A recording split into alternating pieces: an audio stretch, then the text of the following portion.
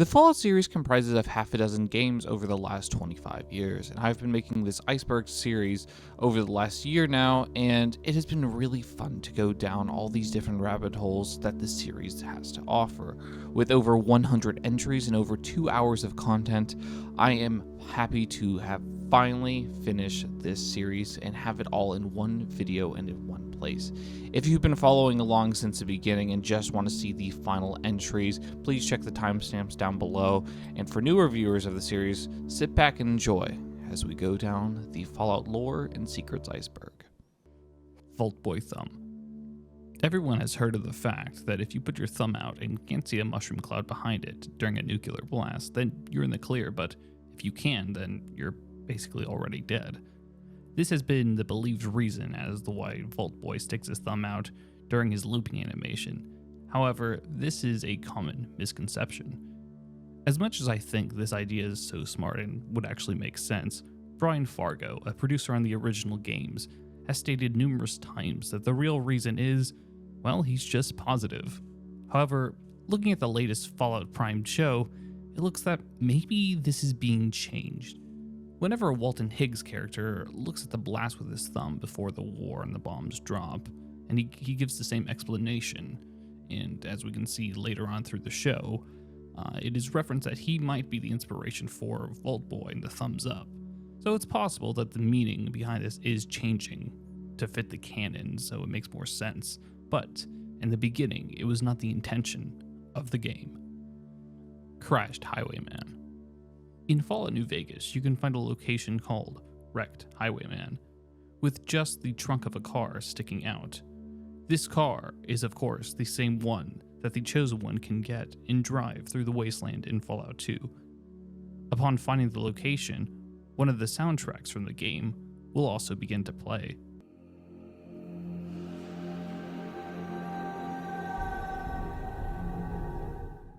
Just seeing the back of the trunk of the car is also a reference to a bug that would frequently happen in Fallout 2, where the Highwayman's truck would often just disappear.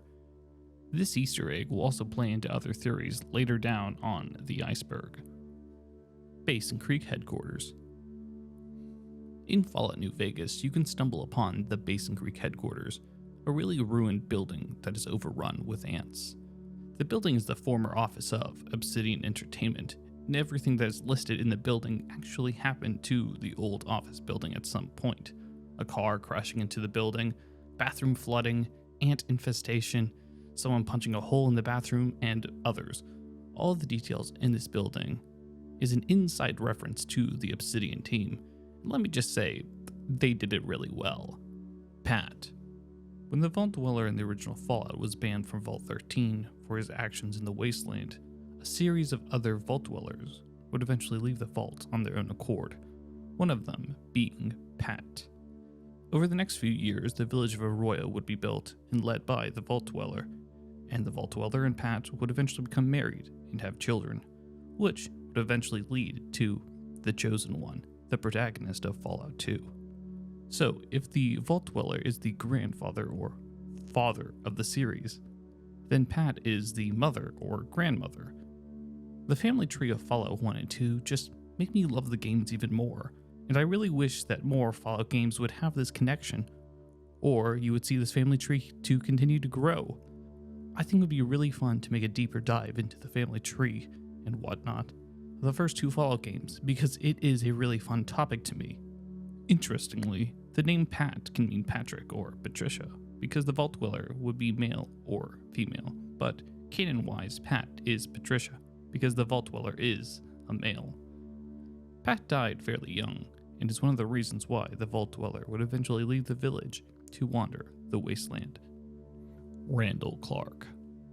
The story of Randall Clark can be found through various notes found throughout the Fallout New Vegas DLC Honest Hearts. And although we never meet this character in person, and we only read it through notes, the writing on this quest or various notes that you find is one of the major reasons why I love the writing in Fallout New Vegas, and just a major hats off to J.E. Sawyer, who designed this encounter. I recommend you play through the DLC and read all the notes yourself, but here is a brief summary of Randall Clark. Randall Clark was a man born before the Great War and actually served in the annexation of Canada. He was a survivalist who loved the outdoors and camping. He was camping alone away from his family when the bombs dropped.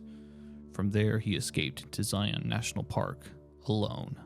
Over the years, he would live in caves, trying his best to survive and helping small groups of people from afar. But he would not live his life without tragedy.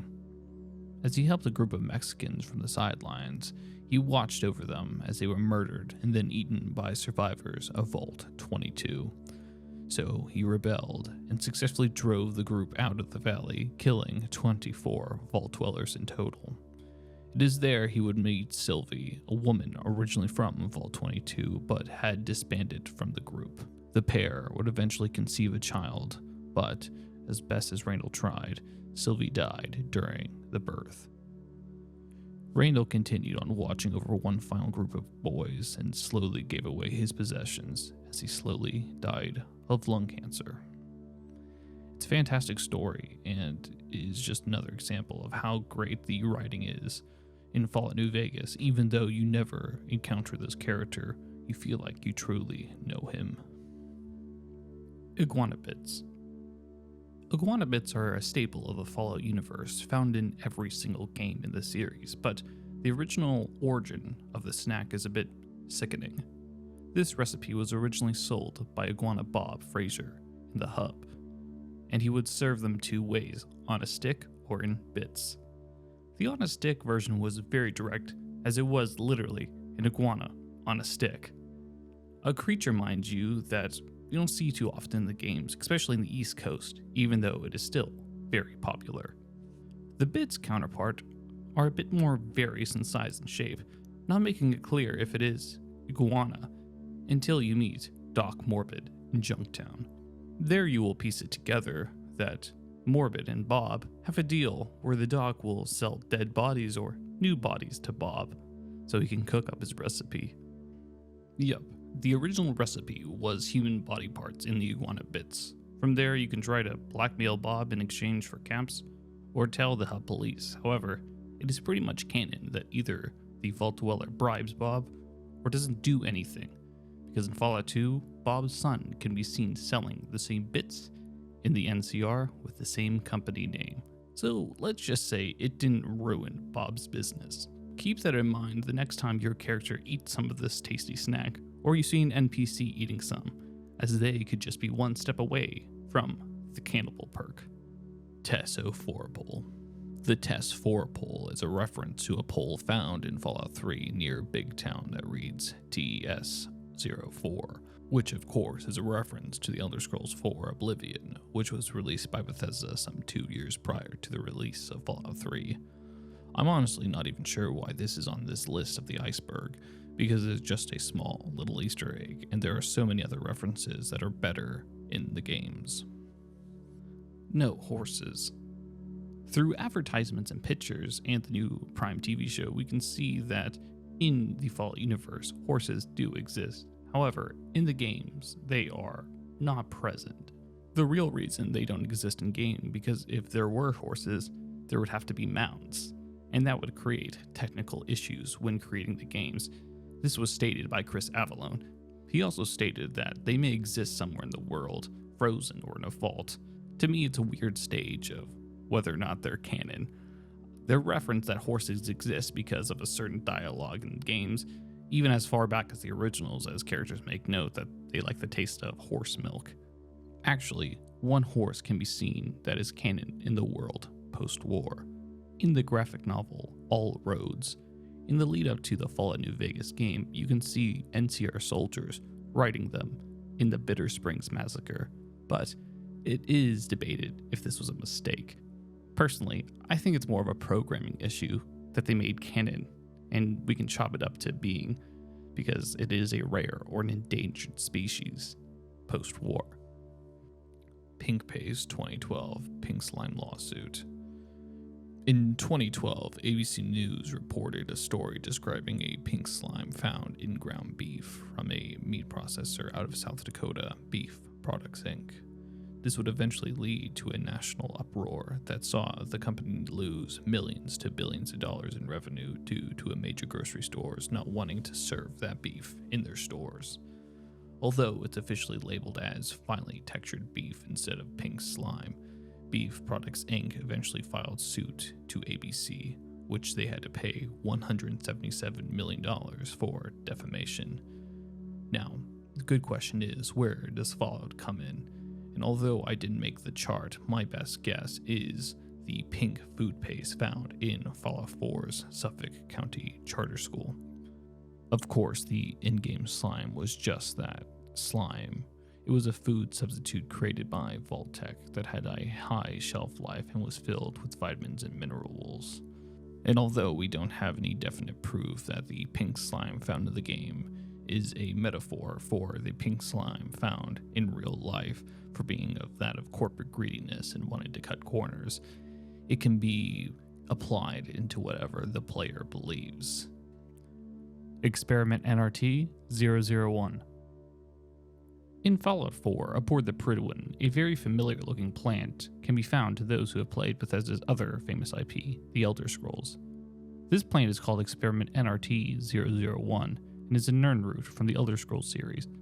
In the terminals, it can be found that the scribe from the Brotherhood of Steel who found this plant, it was alongside a river, and it possibly has health benefits and is good when brewed in tea. This, of course, is just an Easter egg to the other series by Bethesda. I've heard rumors that it possibly links to the series being the same universe, but Pete Hines, who is a vice president of marketing, shut down this idea. Fallout 3 gun spells.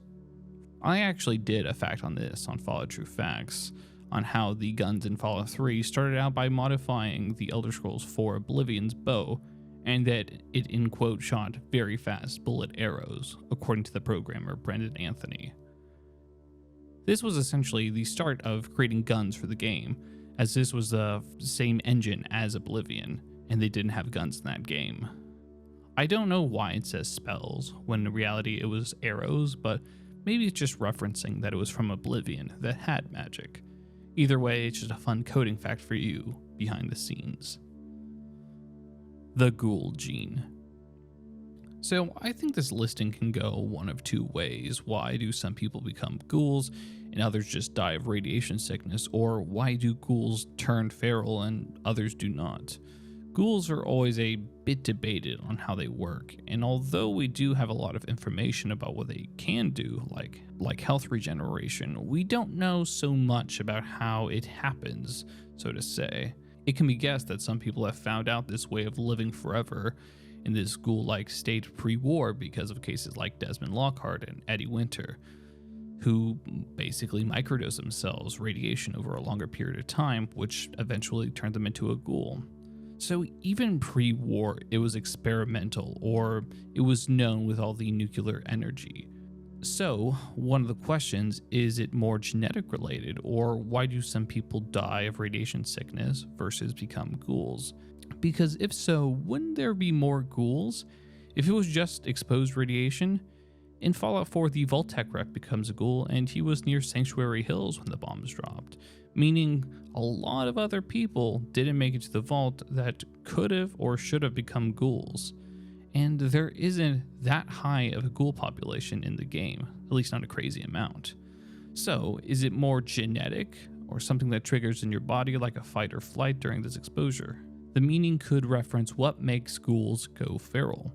Again, we don't have an exact reason, but in Fallout 3, we have theories. Found in the underworld, in some of the terminals, it is believed that a few factors could determine how you become a ghoul. Levels of radiation, environmental factors, or mutation in the DNA. I don't think it's a large part to do with the high levels of radiation. Some ghouls will be around locations like this, but on average, you wouldn't have a large amount of feral ghouls turn this way over a long period of time. So I want to focus on the environmental factors and DNA. Now, in Fallout 1 and 2, they called feral ghouls crazies because they had gone crazy or feral from being forced to wander the wasteland by themselves. Isolation. That makes sense. The ghouls start losing their minds of being alone for that long of a time, and the brain essentially starts to rot with nothing to stimulate it. It's actually similar to that of Alzheimer's. It is found that people who spend more time engaging in activities and people will have a less likely chance of being affected by Alzheimer's. Whether or not that's the case in the game, we will likely never know, but it is an interesting debate on what makes ghouls ghouls. The New Plague. The New Plague was an infectious disease that spread through the world like wildfire in the 2050s. Starting in the US, it spread easily between person and person, with symptoms including profuse sweating, swelling, and they eventually terminated in massive external hemorrhaging. It was so bad that in 2053, the US government called for a national quarantine. This is starting to feel a little real, not gonna lie. In 2055, Vault-Tec started developing a cure, but it ultimately led to nothing except for the eventual FEV virus. Not much else is known in the world of how bad the disease was or what it came to be, but it can be assumed it died off like other diseases over time, as no known character in the canon games have it. But in the cancelled Van Buren game, the New Plague would have had a much larger role. In fact, one of the larger plot points of the game would essentially be a biological warfare, with a plan to release a bomb that would spread a version of this plague into the wasteland. In the Van Buren game, which is in canon, it is said that around 200,000 people died, mostly in Denver and the Colorado Springs area.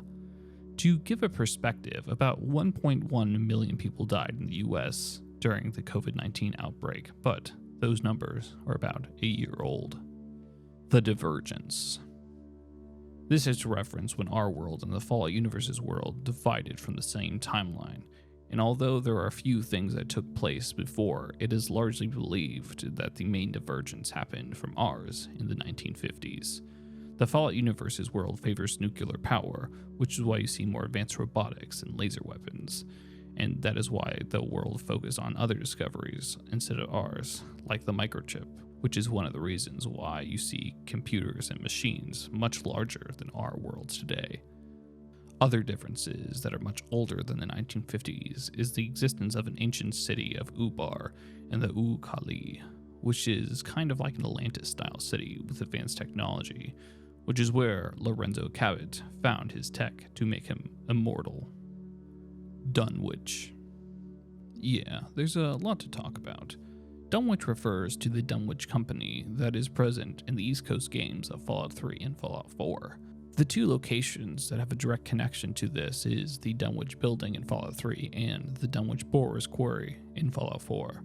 The company was owned by Richard Dunwich, who was obsessed with the occult and used his company's money and drilling tech to dig on top of eldritch sites. Both of these are actually direct references from H.P. Lovecraft's books, especially Dunwich Borers, to the Dunwich Horror story. Although we don't know exactly what Richard was looking for, it can be believed that he was trying to find or gain powers from an eldritch being known as Qualoth, which can be talked about more deeper along in the iceberg. Also, as of note, the Blackhall family is directly related to the Dunwich family, to which you meet him in the Point Lookout DLC. I'm not going to lie, there are a lot better people who can explain this topic better than me, because it is such a rich and deep topic, and so much more to explain and will take a lot of time. So, I recommend you watch the Epic Nate's video on this topic. Inbred Swamp Folk. Inbred swamp folk refer to the swamp folk found in Fallout 3's Point Lookout DLC, and it's a rather interesting location. The people seem to have some form of mutation that has occurred over the years, and through one of the loading screens we can finally see exactly why. It is said that due to heavy exposures of radiation over generations and poor breeding, aka inbreeding, that is the reason why they look the way they are. There's only so many different people within the region, and eventually their genes start to get a bit weird. I also liked that thought that the New Plague had something to do with this as well, as you can see the tons of relief tents throughout the area. It can be concluded that the swamp folk only bred with each other because they are so xenophobic and hostile to any other creature that is in the area, which is why they will attack the player on the spot. The Circle of Steel. The Circle of Steel is a branch within the Brotherhood of Steel that is charged with dealing with internal conflicts. This group can be heard about in Fallout New Vegas in the Dead Money DLC. Christina Royce was a member and was actually tasked to kill Elder Elijah by the organization. This group was also originally meant to appear in Fallout Van Buren. The group is similar to a secret Black Ops branch that was becoming unhinged through the extreme use of stealth boy technology, according to Chris Avallone in Fallout Apocrypha. This group also believes that the rest of the organization has drifted away from its original principles of preserving technology. The idea of this group is super interesting to me, being a cloak and daggers to the different chapters of the Brotherhood of Steel. I even heard a theory that Elder Sarah Lynels was assassinated by them, and although I personally don't think it's true, I think she was assassinated by someone else. This does raise questions about this organization and the desires to see more of it. Dennis Crocker was Caucasian. Dennis Crocker is the NCR ambassador to New Vegas and has been in his position for 7 years. However, originally Ambassador Crocker was a Caucasian male seen on the Collector's Edition playing cards. It was stated in an interview with project director and lead designer Joshua Sawyer that this change was due to a, quote, recording mix-up, where the African-American voice actor Emerson Brooks recorded Crocker's lines and, in quote, didn't match the appearance. So it was changed later on in the game to match that, but the Collector's Edition was already printed, so remained the original appearance. Vault 15 survivors. Vault 15 is seen in Fallout 1 and 2 and is actually a really interesting and important vault. Several of the biggest factions or clans found on the West Coast originally come from this vault. Some of the clans include the Khans, the Jackals, the Vipers, and residents of Shady Sands, which would eventually become the NCR. This is honestly quite a list of factions coming from one place, and it is because of the original experiment of the Vault, which was to gather people of different thoughts and ideologies together in one place to see if conflict would happen. This would create the division and starting differences between these factions, which would eventually lead to the groups deciding to open up the vault and venture into the wasteland. The Codex. The Codex is a series of rules and a book of laws for the Brotherhood of Steel. Originally created by Roger Maxson, the founder of the Brotherhood, the text had information about the Brotherhood's ideology, doctrine, and member responsibilities. Interestingly, the information about the Codex is only found in the Bethesda games, and most of the quotes we get are from Arthur Maxson, with excerpts such as, "Fear those who do not pledge to the Brotherhood, for though their eyes may be opened through service, they are now blind. Give away your suspicions to the wisdom of thine elder. Where he shows trust, so shall you. Through discourse we gain the strengths of our brothers' minds. We do not help them or let them in. We keep knowledge they must never have." Another interesting part of the Codex is the scrolls, which are the lives and achievements of Brotherhood of Steel members, which are recorded by the scribes and sent back to the Lost Hills chapter. I would love to see this written out a little bit more in detail, similar in style to the Fallout Bible, but I doubt we will ever see anything like that. However, with the direction of the Fallout TV show, it is possible we might see something. Mr. New Vegas is AI. Although he's never seen in-game, the voice of Mr. New Vegas, voiced by Mr. Las Vegas himself, Wayne Newton, is heard throughout the wasteland as the courier does various quests through the game, even with a radio host announcing accomplishments done by the main protagonist. However, the reason why we never see Mr. New Vegas is because he is just a voice. He's AI, created by Mr. House pre-war to bring music to the people of Las Vegas.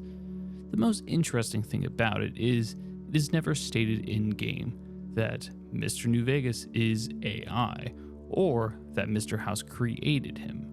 The only way that we know he is this is from a blog post by Bethesda introducing the voice actors of the game, and to which they described Mr. New Vegas as being just a voice on the radio. He has no body. He was created by Mr. House. And although I'm perfectly fine with this being the explanation why you don't see him in-game, I would have loved to get some sort of in-game reference to this being the case as being the reasoning why we don't see him, or some reference as to say Mr. House created him. Soul Survivor is a synth. There's been a long-running theory that Fallout 4's main protagonist, the Soul Survivor, is actually a synth. This has been a pretty debated theory since the game's launch, with evidence including the Soul Survivor being able to use VATS before they get their Pip-Boy, even though other things have been turned off until after they left the vault, like waiting. In the Far Harbor DLC, when talking with Dima, they ask the player what's their earliest memory, to which the player responds being right before the bombs dropped. To which Dima responds is a bit suspicious, not having any childhood memories or any other memory. In the memory den, the only memory that the player can view is when their spouse is killed by Kellogg. And finally, tying in with another post, the railroad's hideout by Vault 111. Now, I'm personally not a believer of this theory, although I think it would be interesting. My main reasoning is because Sean has shown numerous times that he does not care for synth or thinks much of them. So, if the Institute really created you, and when the player starts doing bad things against the Institute, why doesn't Sean or anyone else in the Institute just use the deactivation code? I think the biggest piece of evidence people refer to in this theory is the Dima dialogue, but I think it's just that character's personality, trying to get into the character's head of asking the question, how do they know they're not a synth? Which fits into the setting of the DLC, and would help make the character understand Kusami a little bit more. Impossible Follower's good ending. When completing Fallout New Vegas and siding with Yes Man and making it independent New Vegas, most of the factions within the game get a neutral or good ending, except for the followers of the Apocalypse. No matter what you do to try to support them or give them medical supplies, the ending or outcome for them will always remain the same. With the old Mormon fort the followers are based out of getting an excessive amount of new patients, and they cannot provide the basic care for them. It is weird that the other endings of the game, like siding with the NCR or Caesar's Legion, you get two possible outcomes, a good one and a bad one. However, the independent route only has the bad one. Looking into this is a bit weird. Although I haven't found any definite proof, a lot of people seem to think that there was a cut good ending for them. Fallout Van Buren. Fallout Van Buren was the originally planned Fallout 3 game that would have been made by Black Isle Studios. The game would have started the player in prison and would be broken out randomly during an attack on the prison. Over the course of the game, you will find the main antagonist, Dr. Presper, would try to drop a ballistic satellite known as Bomb 001 into the Boulder and Denver area to release a new plague, a virus that was present pre-war. But the player had to try to stop him. The large story elements of the game can actually be seen in Fallout New Vegas, such as the NCR and Brotherhood of Steel War, Joshua Graham, and Caesar's Legion. You can still play the tech demo online for free, which can be found online. New Vegas is the Wizard of Oz retold. So there's a theory that's been going around that Fallout New Vegas is just the Wizard of Oz story retold, in the sense that your character, like Dorothy, wakes up in a bad situation and just wants to go home / solve a problem. So they embark on a quest, following a road to meet a man behind a curtain that doesn't want to let you know what he looks like. Honestly, in my opinion, it's a pretty lame theory, as it basically is just the outline of the Wizard of Oz. Like, it's super basic, so it doesn't hold much weight to my opinion. One thing I do like about this theory is the idea that possibly some of the game designers heard about this theory, and in the Old World's Blues DLC, when the player gets abducted and needs to return home, but first they need to find some of their body parts that's been missing. Most notably, the parts that are missing are the brain, heart, and spine, aka the symbol of courage, which is a bit more closer in reference to the Wizard of Oz. Deacon's hideouts. In Fallout 4, the companion known as Deacon is a bit of a wild card. As one of the high-ranking members of the Railroad in Boston, Deacon seems to know a lot about your character before you even interact with him. And well, that might be because he has been watching you the entirety of the game. In fact, if you really keep an eye out, you can spot Deacon in disguise as a drifter in Good Neighbor, a drifter in the memory den in one of the machines, a caravan worker in Bunker Hill, and a security guard in Diamond City. If you try interacting with him, he will respond with Rhinolocio, the voice actor of the character, with simple NPC types of dialogue like hey and what's up. Even more interesting, it may not be Deacon, but come on, it's most likely Deacon. You can find a little outpost right above Vault 111 with the railroad sign of ally, meaning at least someone was watching you. Brahmin tipping. Much like the real-life counterpart, Brahmin can be tipped to knocked over in Fallout 1, 2, 3, and New Vegas.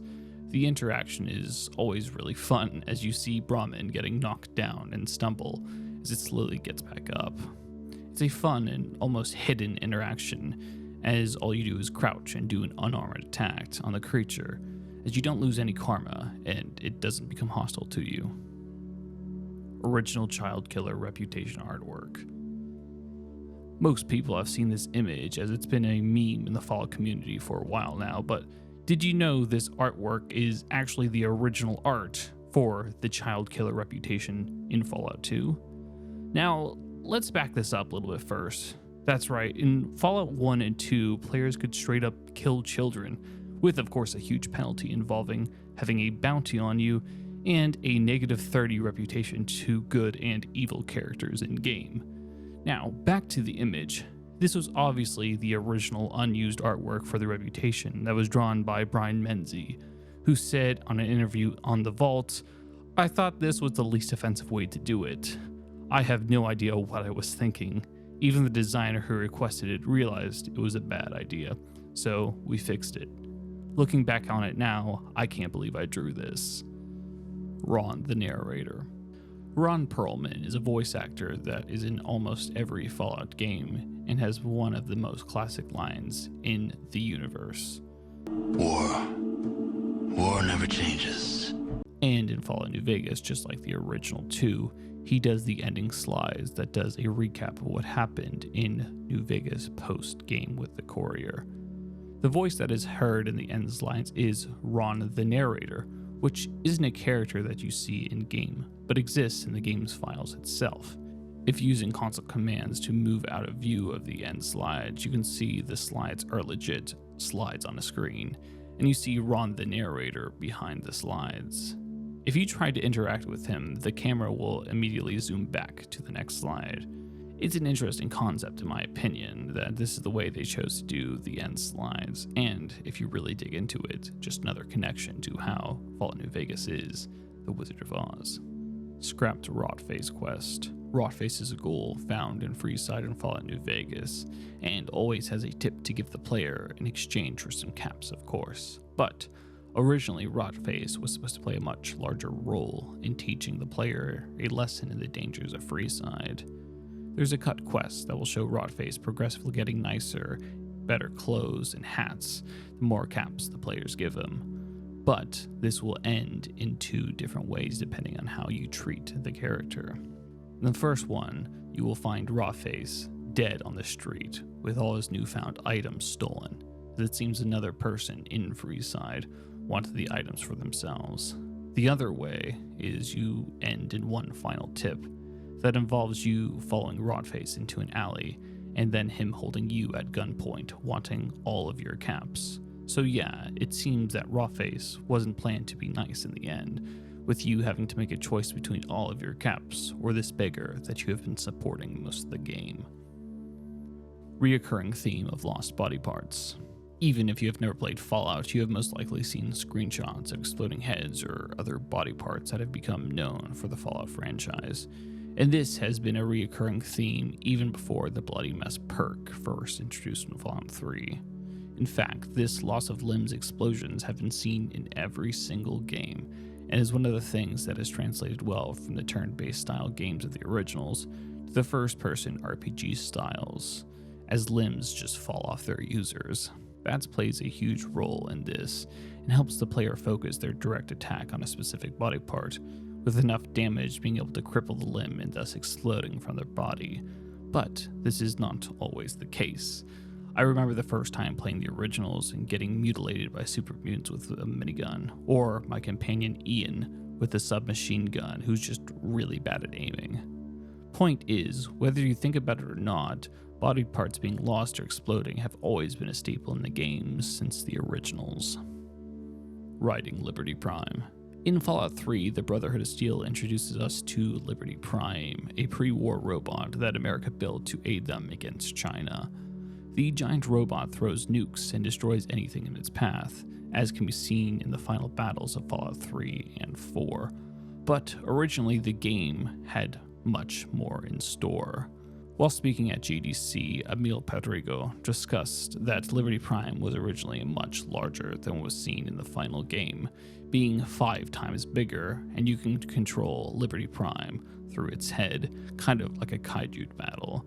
Say what you want about the idea, I think it would be cool as hell to pile through super mutants and the Enclave in a controllable Liberty Prime. This idea and many other things in Fallout 3 were eventually cut due to time, and they had to scale back on their plan. Dead Money Depressing Ending. This entry is another broad topic, as honestly a lot of endings could be depressing, but because this is in secrets and not concepts, I will be talking about how the player can end Dead Money siding with Elijah or trapped in the vault. You get the option to side with Elijah if 2 conditions are made by the player. Both these conditions have to be done in the main game, so it's harder ending to complete. Most likely, the entry is referring to you have to become vilified within the NCR and talk to Veronica about everything possible about Elijah, and sometimes this even bugs out and you don't get this ending, so it's a difficult ending to do.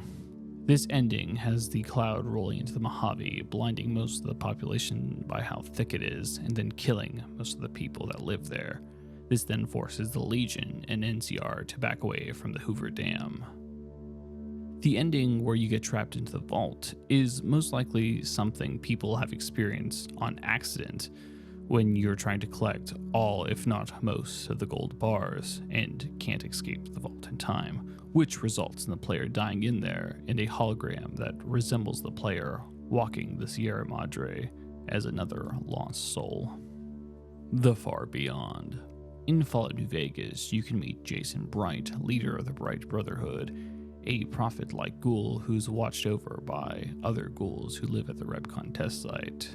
The player can help them prepare for their journey to the Far Beyond, a location that is highly radioactive, thus making it safe for ghouls, because no humans can get there, and it provides a spot for healing. Jason states that this location came to him in a vision, and thus he and his group wish to travel there, and he knows the way. The player can press a button to start the launch and actually help them get to their destination, even though it's a small percentage. In the end slides, depending on the player's choices, the Bright Brotherhood can come back and help the town of Novak, which hints that the Bright Brotherhood, despite its low chance making it there, makes it to the Far Beyond, or at least somewhere that's not too far from Novak because they're able to quickly return. So, where could this location be? I've seen many different theories, such as the moon, and although I think that would be really cool, I don't think it makes much sense.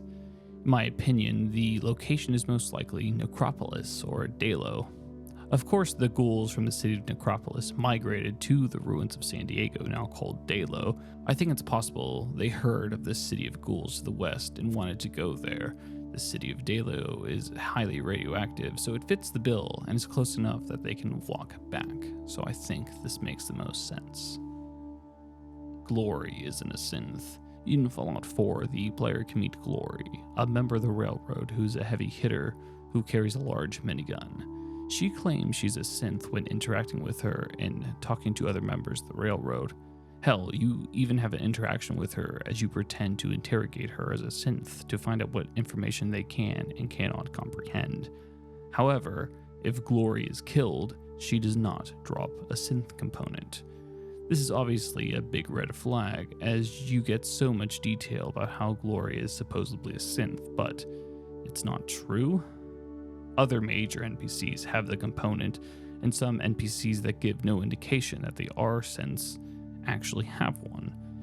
In the PC unofficial patch, which is one of the most downloaded modded patches for the game, they add the synth component to her. And if you go through discussion boards of the game, people are usually on the side that Bethesda simply forgot to add one to her. However, nothing has ever been confirmed. So, is Glory a synth, or is she not? We might never know. Pure strain humans. The idea of pure humans comes from the original Fallout and the workings of the antagonist, the Master.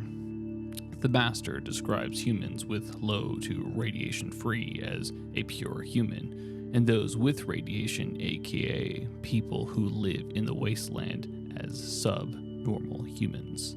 Pure humans would be properly affected by the FEV in the way that was intended before the Great War, a, in quote, master race, or basically a super mutant that is both intelligent and super strong. And although there is no difference between a subhuman and pure human, the Master seems to think there is a major difference according to his agenda. The idea of pure humans can be seen throughout the Fallout games, as you play a pure human, especially in the original Fallout, Fallout 3 and Fallout 4, as you are a vault dweller and deemed pure. Except in Fallout 3, you technically aren't pure because you were born outside of the vault and brought in. And you will die if you aid the Enclave in putting the FEV into Project Purity and you drink the water. Fallout 2 TV Town concept. Fallout 2 originally had a totally different main storyline that revolved around a scrapped location, TV Town. Not much is known about this town because it was scrapped so early on, but it was a town founded by an intelligent computer and populated by androids based around 1950s and 60s TV shows. This original concept of the main story would see surrounding factions and towns fighting over pieces of technology within the town. Now, I'm not going to lie, this would have been a downgrade to the main story of Fallout 2, but the idea of having a whole town based around androids pretending to be TV stars from the past would be pretty funny to see. So I would be interested in seeing this concept come to life, but I'm thankful that we didn't get to see it in the end.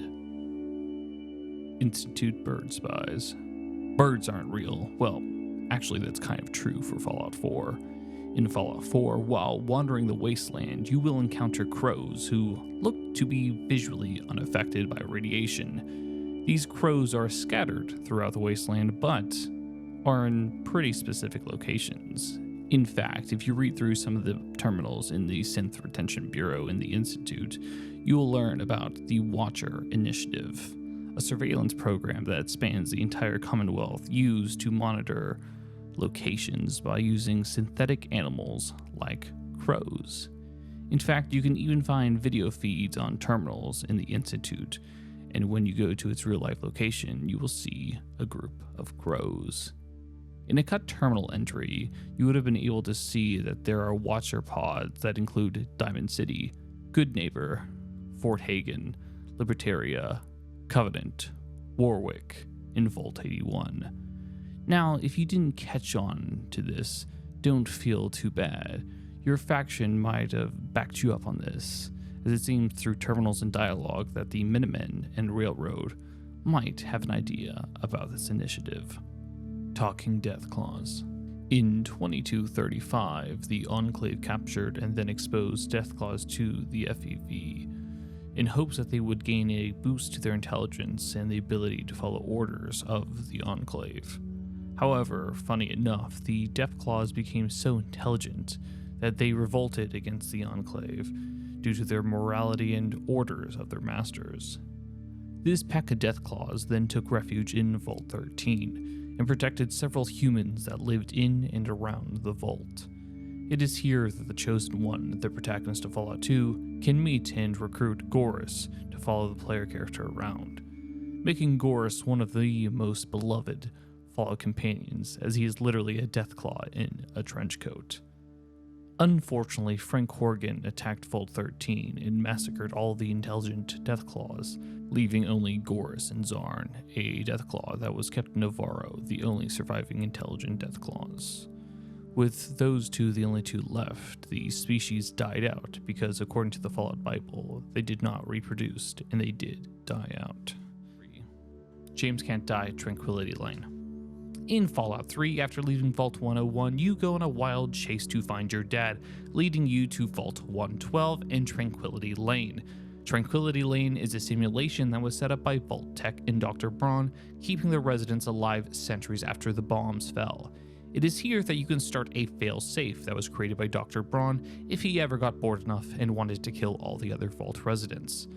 When the failsafe is activated, it will add a Chinese military force into the simulation and starting a killing spree of all members of the Vault except for Dr. Braun, who is supposed to live. However, the Lone Wanderer and James, the player's father, lives. And why is this? Everyone else in the Vault and in the simulation except for Dr. Braun is supposed to die. Well, one of the leading theories is because they were external people. They were originally not created for this simulation and thus not set to be killed if the failsafe occurred. I do believe in this theory that the reason they don't die is because of the pods they are in. Obviously, they enter into empty pods, and it is mentioned in the terminals of the game that Vault-Tec and military personnel have extra failsafes to ensure they are also not killed like Dr. Braun. So, I believe that the pods they are in are set up for those extra failsafes as well. Everyone else will die except for Braun, James, and the Lone Wanderer.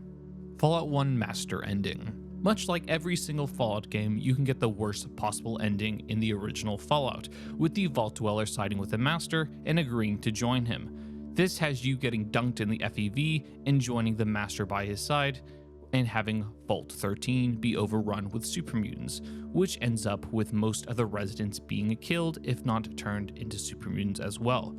Honestly, looking at the video itself and hearing the screams of people dying is very hard and depressing to watch, and one of the worst possible endings in the entire Fallout series looking at it now. And I think this is because of the cinematic effect that the original Fallout has. The game doesn't have very many cinematic scenes, and having this as one of them just is kind of haunting. Pariah Dog. In Fallout 2, you can encounter a lone surviving dog known as Pariah Dog. He's described as a pitiful-looking dog with fur falling off in large patches, missing an eye, and other wounds, and, more importantly, bringing horribly bad luck. In the encounter where you find him, you see him surrounded by dead people. The moment the player enters the encounter map, the game makes a luck check, and repeatedly does so every 10 seconds. Once the player fails this luck check, the dog joins the party even if it's over the party limit, and dropping their luck to 1. And providing the Jinx trait. The Jinx trait allows all misses to have a 50% chance to be upgraded to a critical miss. Fun stuff. So, obviously this is not a good companion to have, and even worse, the dog has 750 HP and will flee battle and come back. So, good luck trying to get rid of that trait. One of the few ways to kill Pariah Dog is to go to the Sierra Army Depot and walk him into the electrified floor. Honestly, this is one of the worst encounters you can get in Fallout 2, and if not the entire Fallout series. Having your luck drop down to 1, and then having a 50% chance of all your misses to be upgraded to a critical miss, which in the original Fallout games, a critical miss could just start destroying your party members. You could start doing massive damage to your allies. I have horrible memories of being absolutely massacred by Ian through this. So this is an awful trait, and God, it's why Fallout 2 is just such an amazing game at the same time. The Vault Dweller and Chosen One are male. Fallout 1 and 2 give us the only two confirmed canon endings, and with that, the canon players that can be found in the Fallout Bible. That is, the Vault Dweller and the Chosen One are both canonically male. This being because the Vault Dweller settles down and marries someone named Pat, and the Chosen One has a kid with Leslie Ann Bishop or Angela Bishop, this creating Mr. Bishop at a later date. This can all be seen through the family tree of the Vault Dweller and the Chosen One. The death of Sarah Lyons. After the events of Fallout 3, the Lyons family sadly did not fare well. Elder Owen Lyons died of natural causes sometime between Fallout 3 and 4, and then Sarah Lyons became the Elder of the East Coast Brotherhood of Steel. This was until she was killed in battle. There is very little information of that battle that Sarah died in, according to the records found on the Prydwen. Now, there are several theories of what actually happened during that battle which led to Sarah being killed, including the Brotherhood Outcast killing her, the Circle of Steel killing her, and the now Elder Maxing having someone kill her. I personally think the idea of Elder Maxon wanting to kill her makes the most sense, as he saw and wanted to become the next Elder and took his chance. This also leads into some other theories that we will be going into in more depth down the line, including the idea that Deacon is actually the lone wanderer, and his whole story about the University Death Clause possibly ties into Sarah Lyons and Elder Maxon killing her because she thinks he's a synth. But that's a story for another day, and that is the death of Sarah Lyons. Ghoul whales. In Fallout 4, you can overhear a conversation between caravan workers talking about Old Peg, a giant blue ghoul whale off the coast of Boston. This is, of course, not found in the game, and is the only conversation that mentions this ghoul whale. I've seen several theories that mention that the buoys might activate or summon the whale if pressed in a certain order, but no one has confirmed this since the game has launched, and I don't think it will. I personally think that this is just a cut content item because there are references to the whale, and obviously it is not in the game. We know that there was a planned underwater vault that was scrapped before the game launched, so I think, just like a bunch of other stuff, this was a cut content item that might have tied into the vault, the underwater vault. So with that, I think this conversation was just overlooked and not removed from the game, and is one of the final reminders of what could have been. Poseidon's rival Helios weapons. Fallout New Vegas introduced Poseidon Energy, a company with strong ties to the pre-war government known for working on military contracts for energy weapons as well as working with the Enclave later on. However, Poseidon Energy was originally going to be introduced in the cancelled Fallout 3 Fallout Van Buren.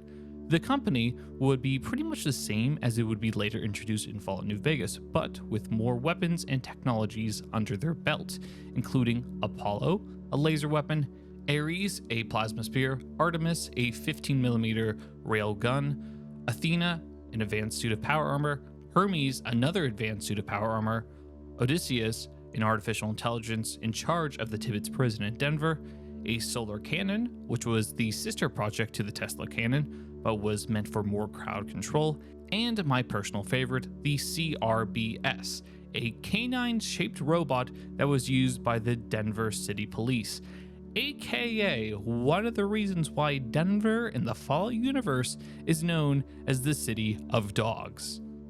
Point Lookout Dinosaur. In Fallout 3's Point Lookout DLC, while swimming in the waters trying to get all the caches from the buoys, you can come across a skeleton of a T-Rex accompanied by a human skeleton with a level action rifle. As to why this is on this list is because the weird notion that a human skeleton is next to a fossil of a dinosaur with a rifle. This has actually led to people thinking that there are references that humans and dinosaurs walk together in this DLC, and can actually be found around Point Lookout. However, nothing has ever been found, and I highly doubt anything ever will. I think this is just a funny little reference or Easter egg created by developers. Teddy bears. One of the biggest mysteries in the Fallout universe are teddy bears. Found in every 3D game, teddy bears can be seen through all of these games doing various things that any human could do, adding a sense of humor to the game. I have seen some weird theories and really bad ones about what they are and what they represent, And honestly, a lot of the theories aren't that good. With one of the biggest theories is Bethesda uses teddy bears to represent the skeletons of dead children and what they were doing when the bombs dropped. This has to be the worst theory I've ever heard, especially when you see teddy bears performing surgery, smoking, drinking, and doing sexual things. I personally think it's either the developers having fun and there being no actual reason in game why the teddy bears are set up doing fun things like this, or I think a group of raiders and or someone started doing this everywhere around a town, and thus it became a calling card or just such a fun thing that other people started to notice and started mimicking their behavior, and thus it kind of turned into a trend that is just seen throughout the United States, and just kind of a mystery of why everything is set up like this. New Vegas Cemetery Whispers. In Fallout New Vegas, if you go to the Good Spring Cemetery at night, you will hear whispers.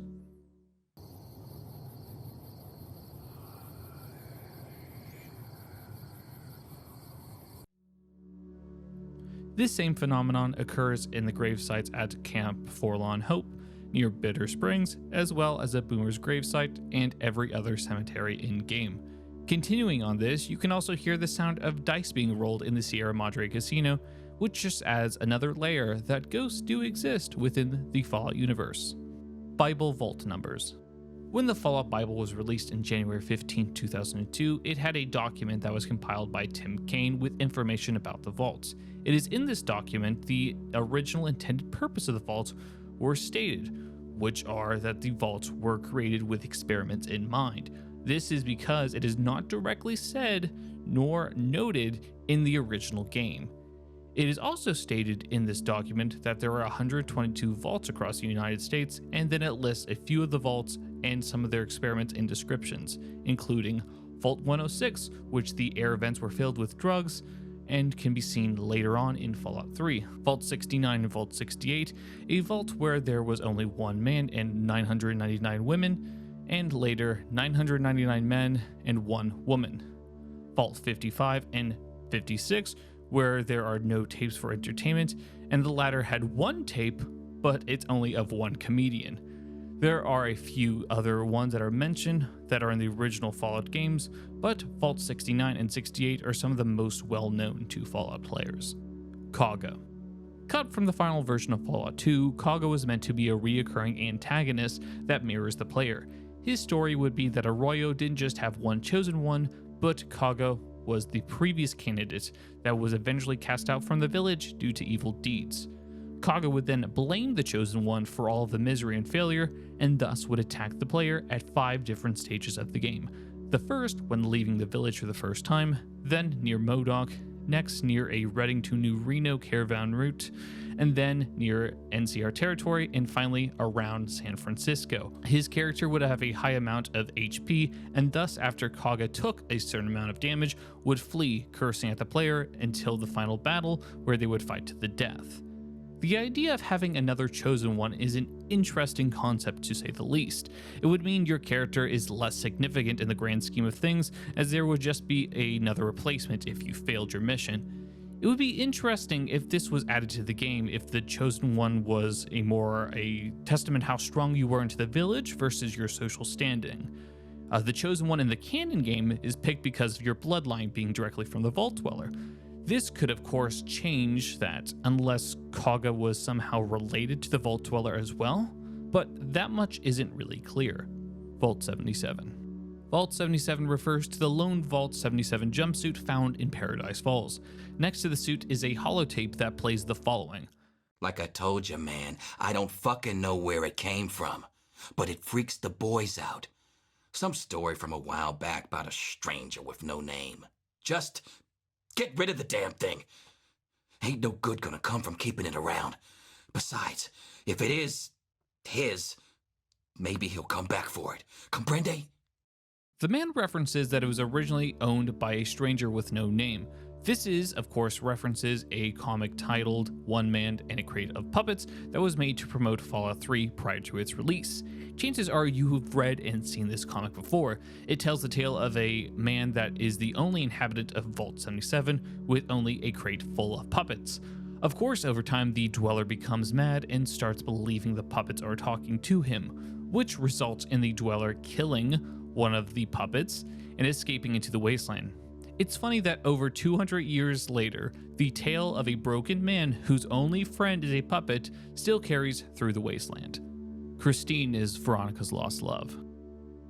While playing Fallout New Vegas and traveling around with Veronica, it can be learned that she loved another member of the Brotherhood of Steel, more importantly, a woman that would leave after some disagreements within the chapter. In the Dead Money DLC, we meet Christine, and although it's a bit harder talking to her, if the player is intelligent enough, it can be learned that she also loves someone that was in the Brotherhood of Steel and had to leave as well, and it was a girl. Now that we know Christine left the Brotherhood of Steel main chapter and joined the Circle of Steel in order to kill Elijah, so with that the backgrounds and backstories of both the characters line up. However, we don't get a direct response if they're each other's long lost love, because when you complete Dead Money DLC and talk to Veronica, there is no dialogue option about Christine. When Joshua Sawyer was asked if they are each other's long lost loves, he wasn't able to confirm anything, but he did note that it would be very expensive and would have been very difficult to get new dialogue options from Veronica's voice actress to include into the DLC about Christine. In my head and in many other players, I think it's basically safe to say they are the right pair for each other and they are each other's long lost couples. It's just sad to see that in the grand scheme of things, the player sees both of them and are not able to reunite the pair. Can't eat Baby Marie.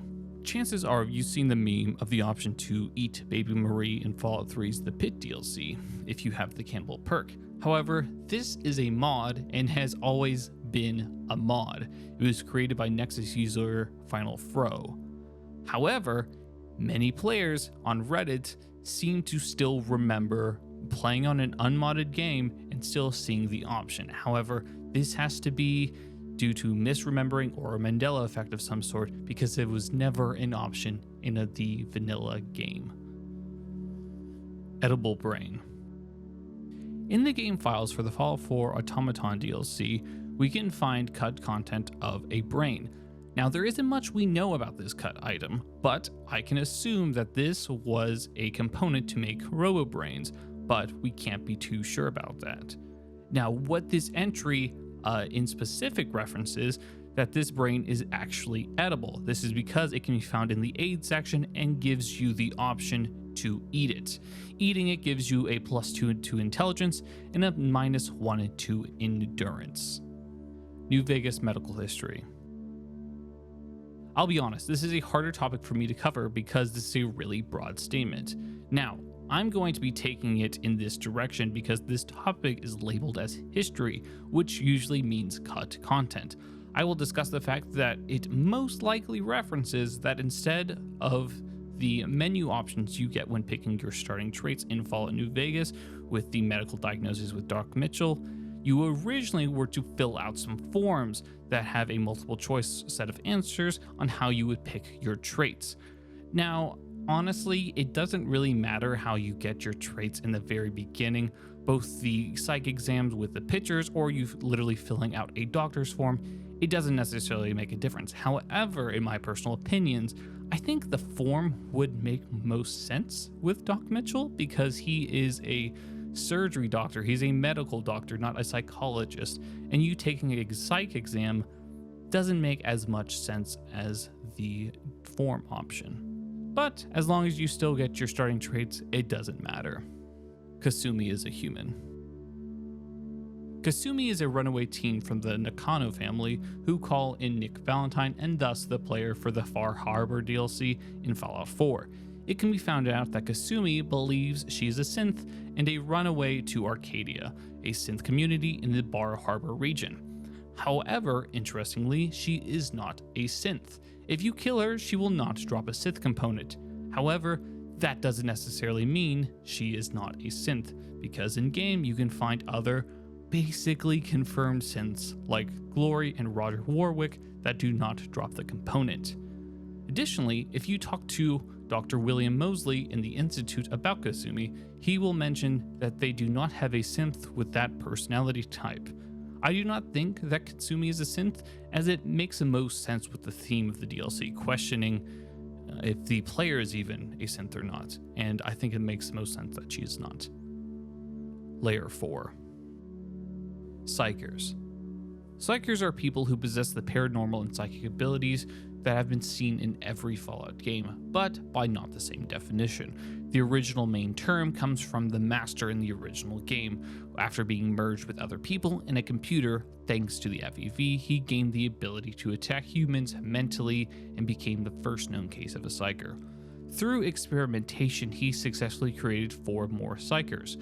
These 4, along with the master, canonically died during the explosion of the base. But that was not the last time we see one of these people. In fact, every Fallout game we have seen at least one person having one of the original abilities listed, that of a psyker, including control over electricity, fire, light, short and long range telepathy, ability to control animals, and the ability to see into the future.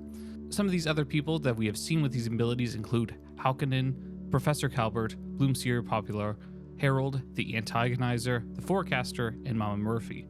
This is definitely a topic I really want to get into in the future and possibly create another video on.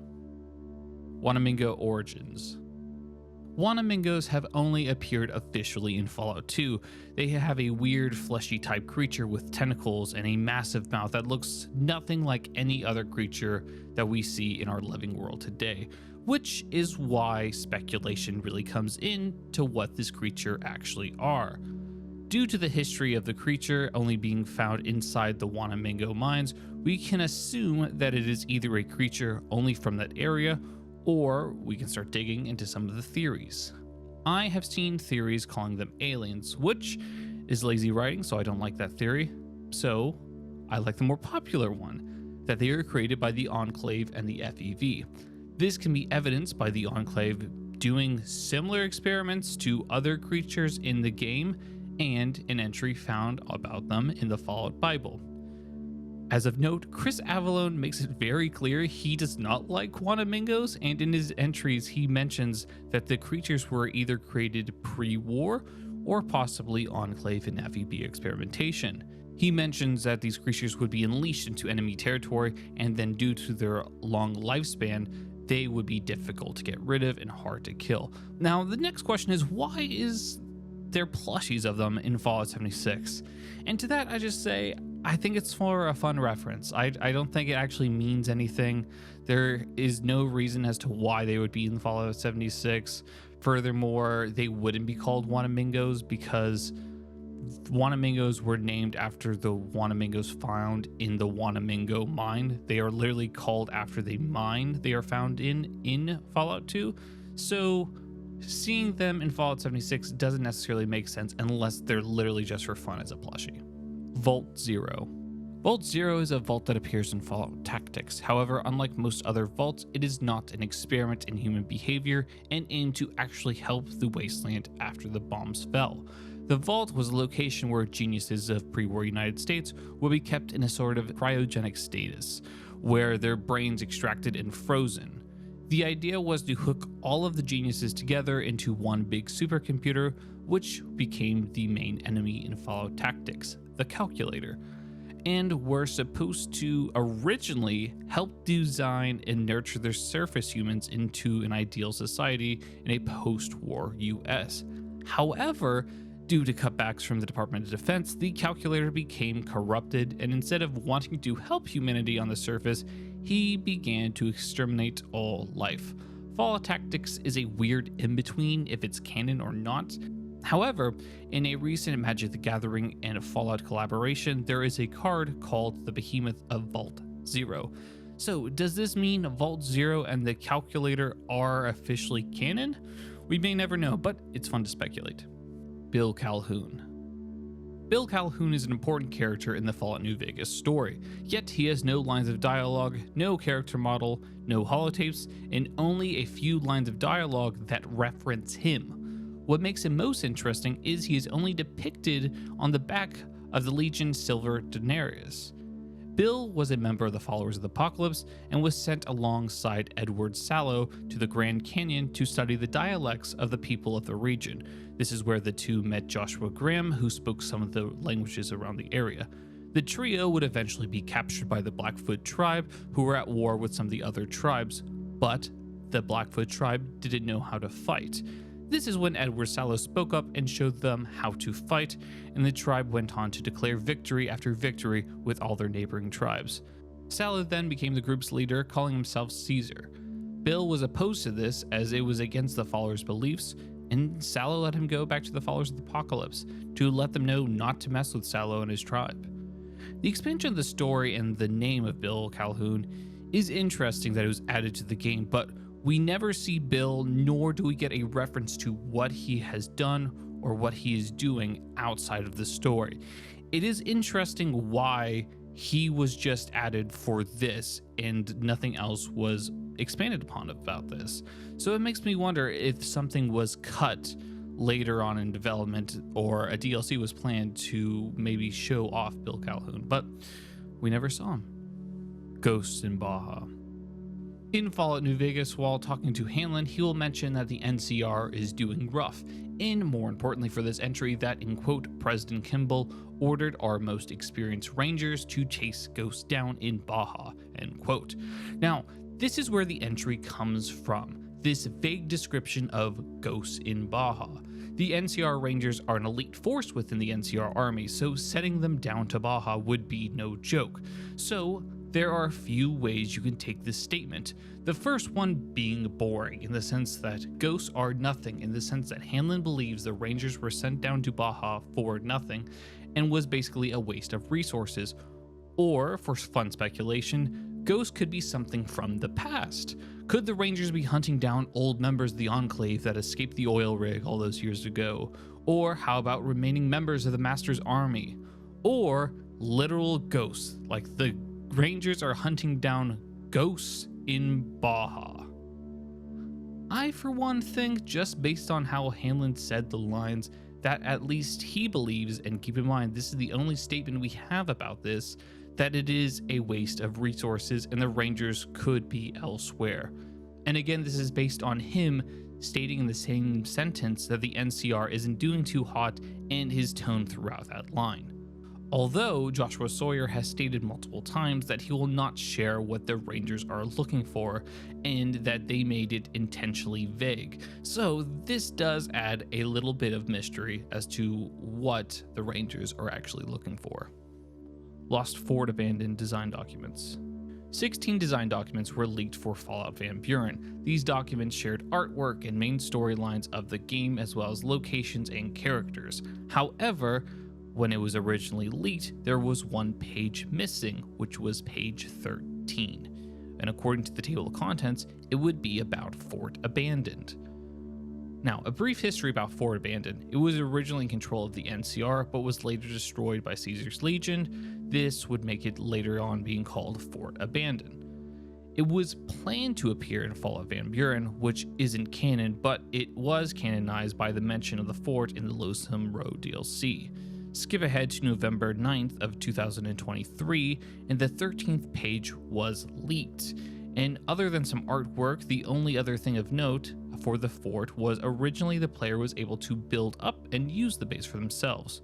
Now, is this recent leak real or fake? To be honest, this is a great question because there is no proof of one or the other. And although it matches a similar style as the older documents, it is because a minigame, an aspect of building a base that sounds a lot like Sim Settlements mod that is in Fallout 4. So is this just a pipe dream that a Fallout player wants to see have happened in Fallout Van Buren, or is this an actual document that shows what could have been? We don't necessarily know, but it's fun to speculate. Pam caused the Great War. In Fallout 4, we meet PAM, short for Predictive Analytics Machine, created by the Defense Intelligence Agency to predict the likelihood of a preemptive nuclear strike with a small percentage of error. The theory states that PAM predicted the variable that China was going to attack before anything happened, thus forcing the US to counterstrike into what they thought was an attack, but really nothing. This leading to China attacking back after the US did, and 2 hours later, the war was over. The theory suggests that this small error destroyed the world. This is based on Pam making a passing note that she hates unknown variables and she wanted to get rid of them, meaning humans. I personally don't think this theory is true, as looking through the terminals at the switchboard in Fallout 4 where Pam was kept, there are logs of what happened the day the bombs fell, and none of which mention Pam. So I think if she had predicted that a strike was going to happen, and they were already writing notes about it in their terminals, they would mention something about her. So I think the idea is interesting, but I don't think it is true. Far Harbor Sunken Power Armor. The Fallout 4 Far Harbor DLC is arguably one of the best DLCs in the game, but there are still a lot of issues/things players are not a fan of. One of them being some items are shown on the map but could not be fully accessed. While exploring underwater, you can come across a crashed vertebrate and a set of T-51 power armor. However, once you get closer to the pair, you will soon realize that there is an invisible barrier around the power armor suit, making it impossible unless using console commands to get the armor. Also, beside the full suit is fusion cores and ammo. This brings up the question, why are the suits out of bounds, and why did the developers do this to us? Colonel Autumn's Enclave. Fallout 3 introduces us to the East Coast sect of the Enclave. This force is led by President John Henry Eden and Colonel Augustus Autumn. Although technically speaking, President outranks Colonel, John Henry Eden was little more than a puppet because of him being AI. This can be assumed because Autumn's having the self-destruct codes for Eden in his back pocket, and Autumn giving commands to the Enclave soldiers that directly contradict what the president says, aka Eden saying don't hurt the prisoner, and then Autumn later saying to kill the prisoner, meaning the player. Now, this entry refers to what Autumn's Enclave would look like, because in reference to other Enclave leaders like Eden and their West Coast counterparts, Autumn's isn't as evil. Now, don't get me wrong, he is still evil, but some people argue that because he actually has goals and plans for the Wasteland after the battle, that if the Enclave actually won, canonically speaking, it would be better for the Wasteland as a whole. Autumn doesn't care about human lives and has for the greater human race in mind mentality, thinking that if he kills all the people mutated by the FEV and radiation, he will create a stronger, better population later on. Again, it's not my theory and opinion, it's just what the entry is talking about. Multiple Lenni.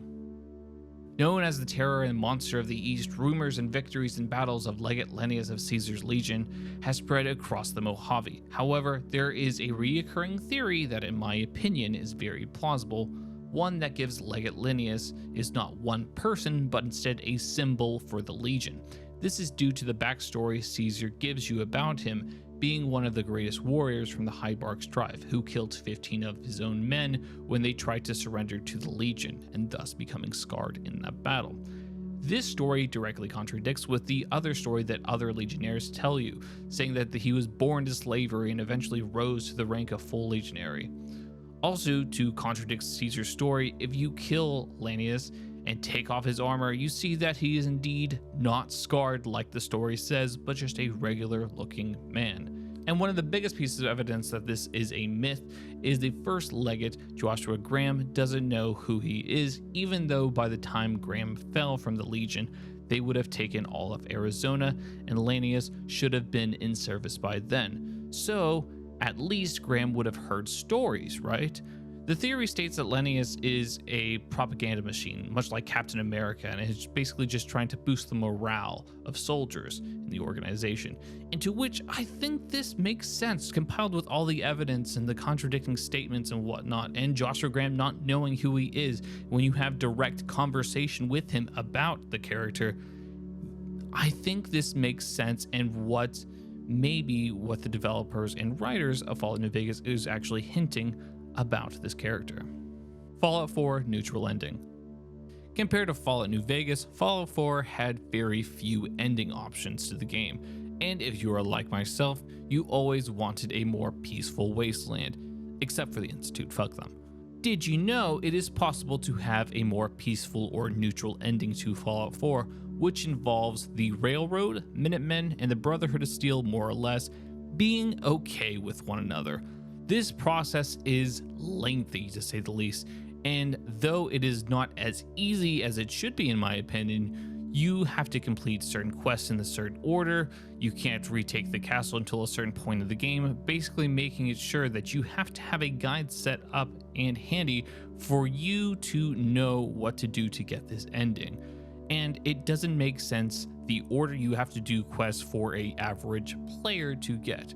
This is one of the reasons why I wish high charisma would be more of an impact to the game, that you can convince other factions to work for one another. I can understand why the Railroad and the Brotherhood of Steel don't necessarily like each other, but the Railroad forcibly killing the Brotherhood of Steel after the Institute's already exploded doesn't necessarily make much sense to me.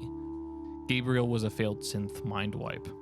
This entry refers to the Fallout 4 character Gabriel, who is a synth that was helped by the Railroad to have his memory wiped so he can become a person he wanted to.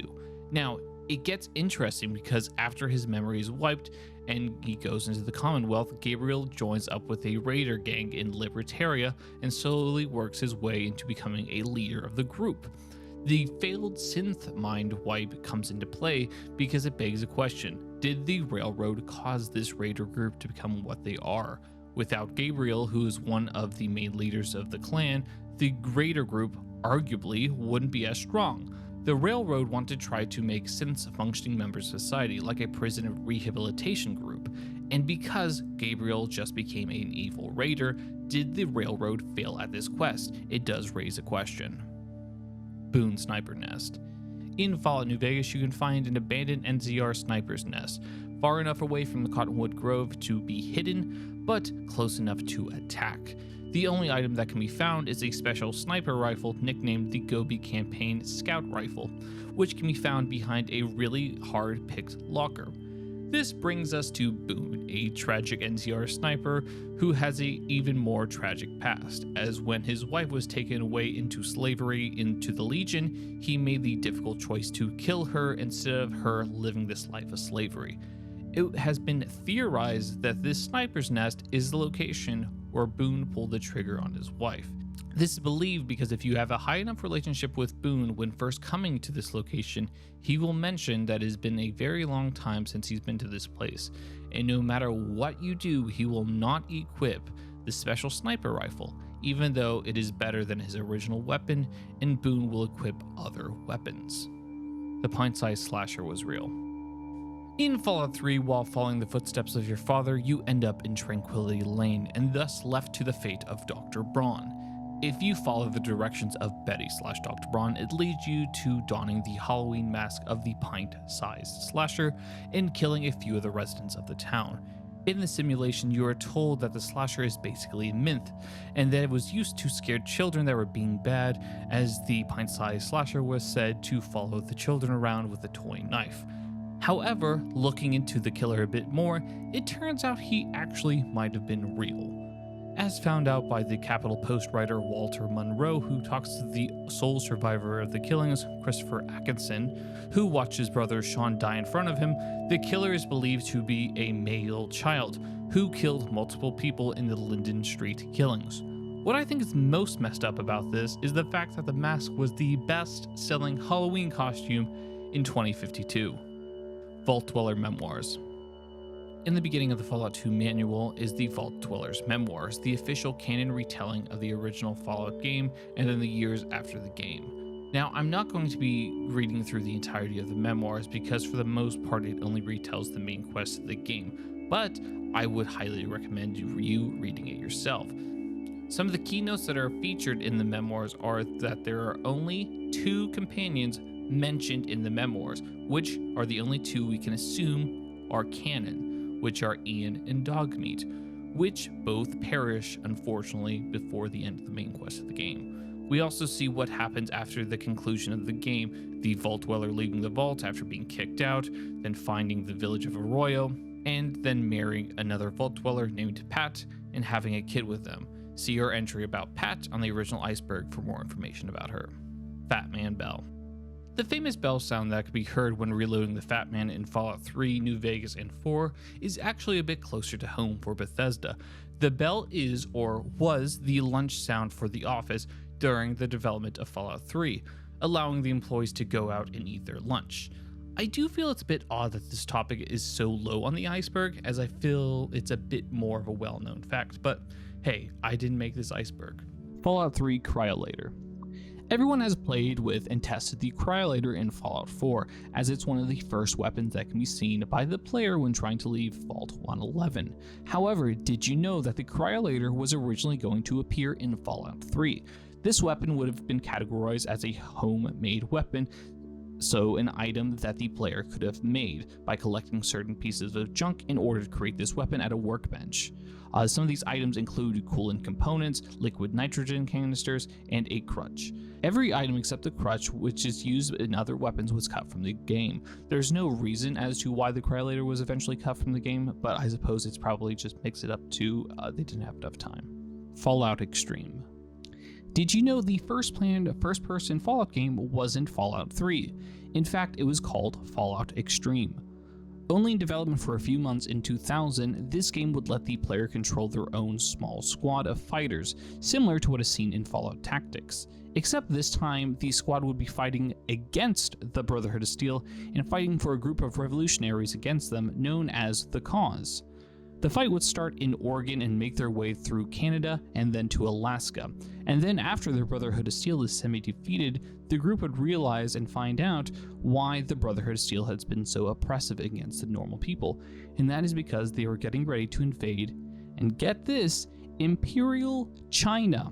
Yeah, that's right. The Brotherhood of Steel was about to invade Imperial China, a group that is so far away from the United States, it's just crazy, especially seen in the post-world Fallout.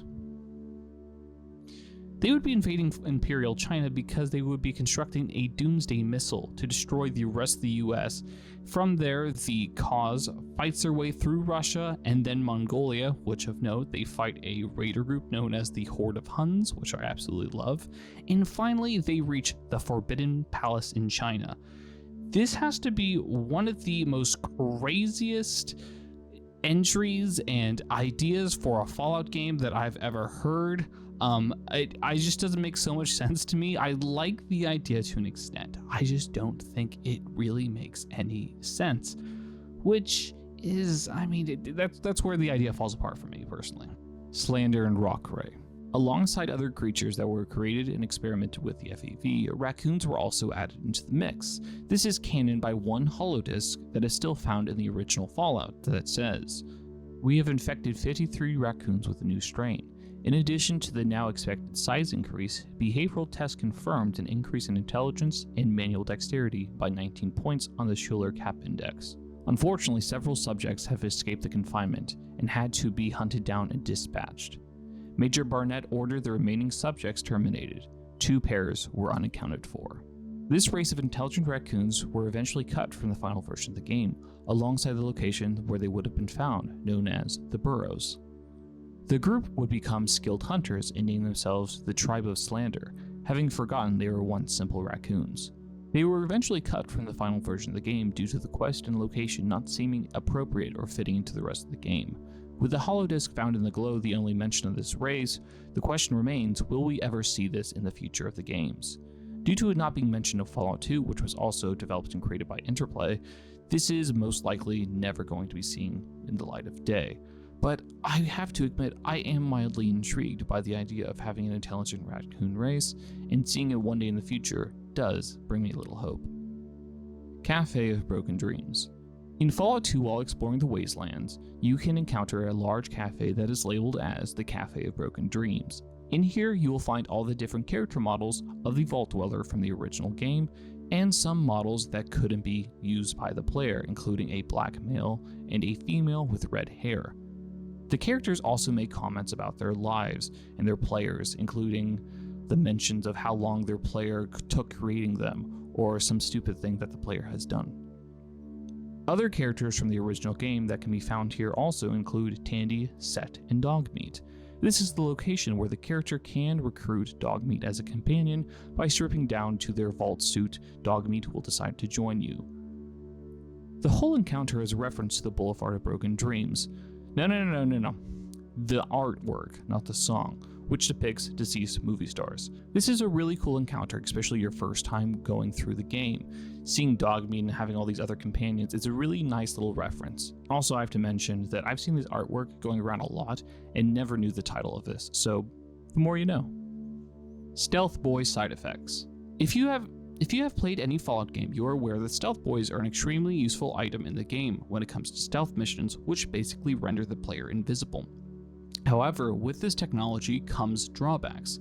Seen in Fallout New Vegas with the Nightkin, we are able to see that the invisibility field that the stealth boy produces can cause permanent neurochemical changes in the user, which can cause paranoia, delusions, hallucinations, and even schizophrenia.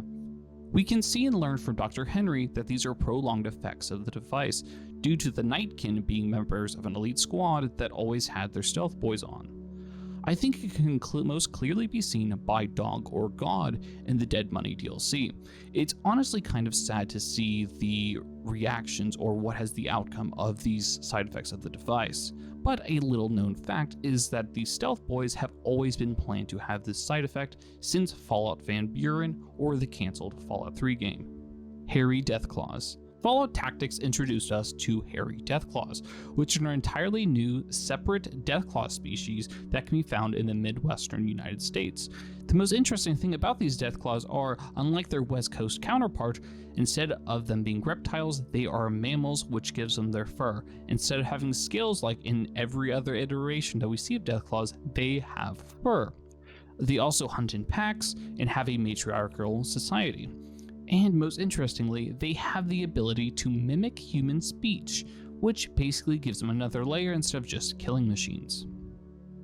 This also adds another layer of intelligence and makes them more questionably if they are more like an intelligent deathclaws as seen in Fallout 2.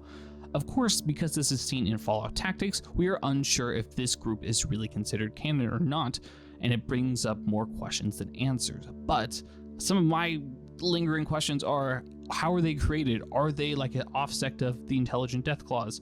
And the thing is, we will and most likely never know. Fallout Online. Fallout 76 wasn't the first planned Fallout game. In fact, way back in 2009, Fallout Online was in the early stages of development by Interplace Entertainment and Masthead Studios. This was after Bethesda bought the intellectual property of the game, but Bethesda still allowed Interplay to work on the Fallout Online game as long as they gained the funding for it and met a strict deadline.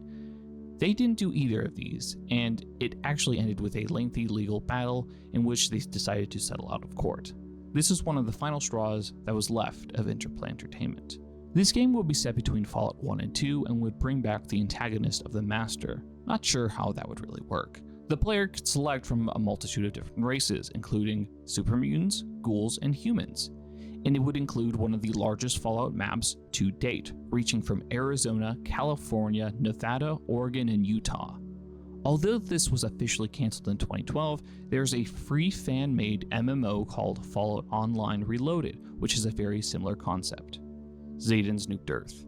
Who started the Great War? China, the US, Vault-Tec. Wrong. Zayden's. In this theory, it's Zayden's that started the Great War. Seeing humanity crumbling and destroying itself, they wanted to step in and give the final push to destroy the race of humanity. This is based solely on that Zayden's have a giant laser that can be seen in the Mothership Zeta DLC, and there is a holotape within the DLC that Zayden's were looking to get nuclear codes from US officials. And that's about it. This goes to show I do not believe in this theory that much, and I don't think it makes that much sense in the thematic sense of the game, but hey, it's just a theory. Camp Willow. Camp Willow is or was a military camp located at Willow Beach, southeast of Fortification Hill in Fallout New Vegas. The camp was in control of the NCR until a battle with the Legion left it to ruin and forced the NCR to be on the east side of the Colorado River. This location is only known due to the official game guide of Fallout New Vegas and early drafts of the game's maps which depict this camp location. No mention of this camp is found in the game, and it can be assumed that as the map of the game was being formed, the team realized it was too big and they had to scale it back, leading to the eventual loss of Camp Willow. Pinecrest Cavern Giants. Back in the Fallout 4 Far Harbor DLC, we can enter the Pinecrest Caverns, and while exploring we can come across a rather large human-looking skeleton that is much larger than the average human skeletons that are found. In fact, it is holding a skull and a spine of a regular human. We get no references to these giants anywhere in the game, nor do we hear about this ever again, so it's very odd to just see this one giant skeleton in this location. It's most likely just an Easter egg or a little reference from the developers and has no relative meaning because there is no other connections or mentions to it in any terminals or anywhere else found in the game. Dead Money Evil Ending. I swear to God, this chart just loves anything Dead Money ending related, and I'm not going to do this anymore. I'm done with Dead Money. I'm done with looking at it. There are so many different entries that refer to this, and I swear I've looked at something that says Dead Money Evil Ending, so just look at other entries from past videos about Dead Money Evil endings, because I'm just tired of the Dead Money endings at this point. Vaults 8 and 13 Water Chip Mix-Up. In case you didn't know, the first major storyline of the original Fallout game is the player trying to retrieve a new water chip for Vault 13, as they didn't have enough. In the Fallout Bible and Fallout 2, we learn exactly why Vault 13 didn't have enough water chips, and that was because it was shipped to Vault 8 and was a mistake. Vault 8 received hundreds of extra water chips, some of which were supposed to go to Vault 13. I think this is a hilarious comeback and reference to the older Fallout game, and it's just another example of that. True Jet Origins. Oh boy, this is a topic and a half.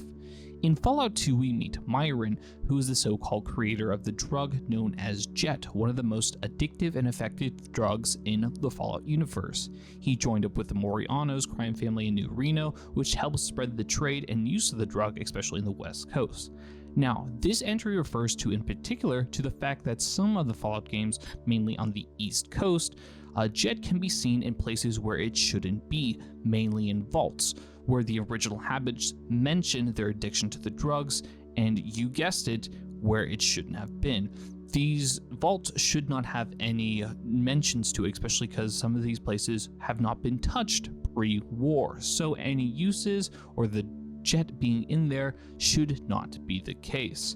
And this has really brought a divided factor between Bethesda and the fans, because many people are believing that Bethesda is basically just retconning the original creator of the drug and making it pre-war, or Myron just rediscovering or reinventing the drug. I personally think this was just an oversight by Bethesda and then them just putting a band-aid on it to try to make it make sense in the lore. It personally doesn't make that big of a difference in my head. I just wish Bethesda would just be a little bit more careful when it comes to lore and this kind of stuff, because we actually see the creator of the drug in the game, so I think it makes more sense to not have that, but I don't know. Siding with the Fiends. In Fallout New Vegas, you can meet the more organized raider group known as the Fiends, which is a morally evil group. This entry regards to that there is only one good ending for this faction, and that is if you end with an independent New Vegas and don't kill Motor Runner of the group. This will cause the group to be able to attack Camp McCarran during the Battle of the Hoover Dam and actually keeping their position in the camp. In every other ending, it will end with the Fiends being killed or betrayed by the other factions that they ally with. This is the only ending where they actually, for the most part, survive this attack and continue on after the game. Velvet Elvis. In Fallout 1 and 2, you can find a framed portrait of Elvis Presley on black velvet, commonly known as a Velvet Elvis in the real world. This little Easter egg is hilarious when exploring the wasteland, as it would be a lot funnier in the 90s to early 2000s when the game first came out, when households still had Velvet Elvises or cheap paintings of Elvis in their homes. In addition to this, the only location of this that can be found in the original Fallout game is in an alien ship special encounter, which alludes to the theory that Elvis was kidnapped by aliens or never died. Furthermore, the joke gets even better because in Fallout 76, Brother Scarberry will mention investigating a light that fell from the sky to only find a fuzzy painting of a man in a blue shirt, a direct reference to the Velvet Elvis from the original games. Also, I would like to add that this reference kind of makes Elvis Presley canon in the Fallout universe. And because we don't hear any of his music in the game, it can be chopped up to that Elvis is not as popular in the Fallout universe as it is compared to ours. Project V13. Project V13 was the codename that was made by Interplay for a secret project that was being worked on during the time of the Bethesda buying the rights of Fallout. And the big project was Fallout Online. Now, because I have already mentioned and talked about this entry in an earlier entry on this iceberg, actually just a few seconds ago, I'm not going to cover all of that again, but just know that Project V13 was the inside codename to Fallout Online. Level 6. Patroclus of the Montana Brotherhood. Patroclus was the elder of the Brotherhood of Steel Montana Brotherhood, as mentioned by Elder Owen Lyles in a cut dialogue in Fallout 3, which is said in quote, Patroclus supposedly said, "It is in service of steel and guardianship of one's brothers that each man finds its purpose. My friends, stand with your brothers, guard them, guide them, and each of them find purpose." Not much else is known of this chapter of the Brotherhood of Steel, however it can be assumed due to Owen mentioning him in a lighter tone that the two got along well enough, and even possibly had the same ideals to each other, meaning there's possibly another branch of Brotherhood of Steel that is similar to Owen Lyles. Boone and Fallout Tactics. This entry kind of disappoints me, I'm not gonna lie. While researching this, I thought this would be some kind of reference to Boone being in Fallout Tactics, or in the area, or him being from that area, that I thought would be super cool. But it's just the idea that the voice actor for Boone, Jason Marston, who has played other characters in the Fallout series, mainly Myron in Fallout 2, has played other characters, and a lot of throwaway characters in Fallout Tactics. However, the funny thing is one of the characters, Horace, just sounds a lot like Boone, like they have the exact same voice. So that is what this entry is referencing. The Mysterious Stranger is an eldritch entity. The term the Mysterious Stranger is an eldritch entity is originally from the Fallout 3 official game guide, which the small passage about the Mysterious Stranger is described as an odd and eldritch entity said to appear to aid you in combat before your dying breath. This, of course, has turned the community into different directions as to what Bethesda means by this. Some of this believe that this is a direct confirmation that the Mysterious Stranger isn't someone or a group of people or a ghost, but in fact an entity of an eldritch being, possibly similar to Ogqualoth. Now, if you're really interested in the Mysterious Stranger entity, I recommend you listen to our podcast, All Out of Stimpaks. I'll link it down below, but we did a whole section about this topic. Fallout 76 is a simulation. Oh boy, this is a really dividing theory, and I think people either really enjoy or really like this theory, or they just think this idea makes no sense. And although I do like the theory, and I think it can explain why this game is so disconnected from some lore in the other Fallout games, I think there are some things wrong about. The main evidence comes from one terminal entry found in the archival terminal in White Springs Bunker, which says the following. Secretary Earnhardt, please, you need to listen to me. None of the other members will take me seriously, but I believe this is of the utmost importance. We are slaves, Mr. Secretary. I've been running some tests and I believe I've stumbled upon what I believe to be conclusive evidence that we are trapped playing someone else's game. Virtual strategic solutions game, that is. Everything around you, Mr. Secretary, is a simulation, a projection onto your brain. VSS has trapped us in here, and it is up to us to break free. The key to our escape, I believe, lies in the small town in what we perceive to be China. It's the link to the VSS external network. If we destroy it, it will shut down the simulation, and I believe finally be free. I cannot tell you exactly why we've been imprisoned. Perhaps this is a test by the upper ranks to make us earn our way into their good graces. Perhaps the VSS has trapped us in here to prevent the Enclave from stopping whatever nefarious acts are currently visiting upon the world in our absence. We must do something, Mr. Secretary. To fail to act, to give up the only thing that makes us men, our freedom.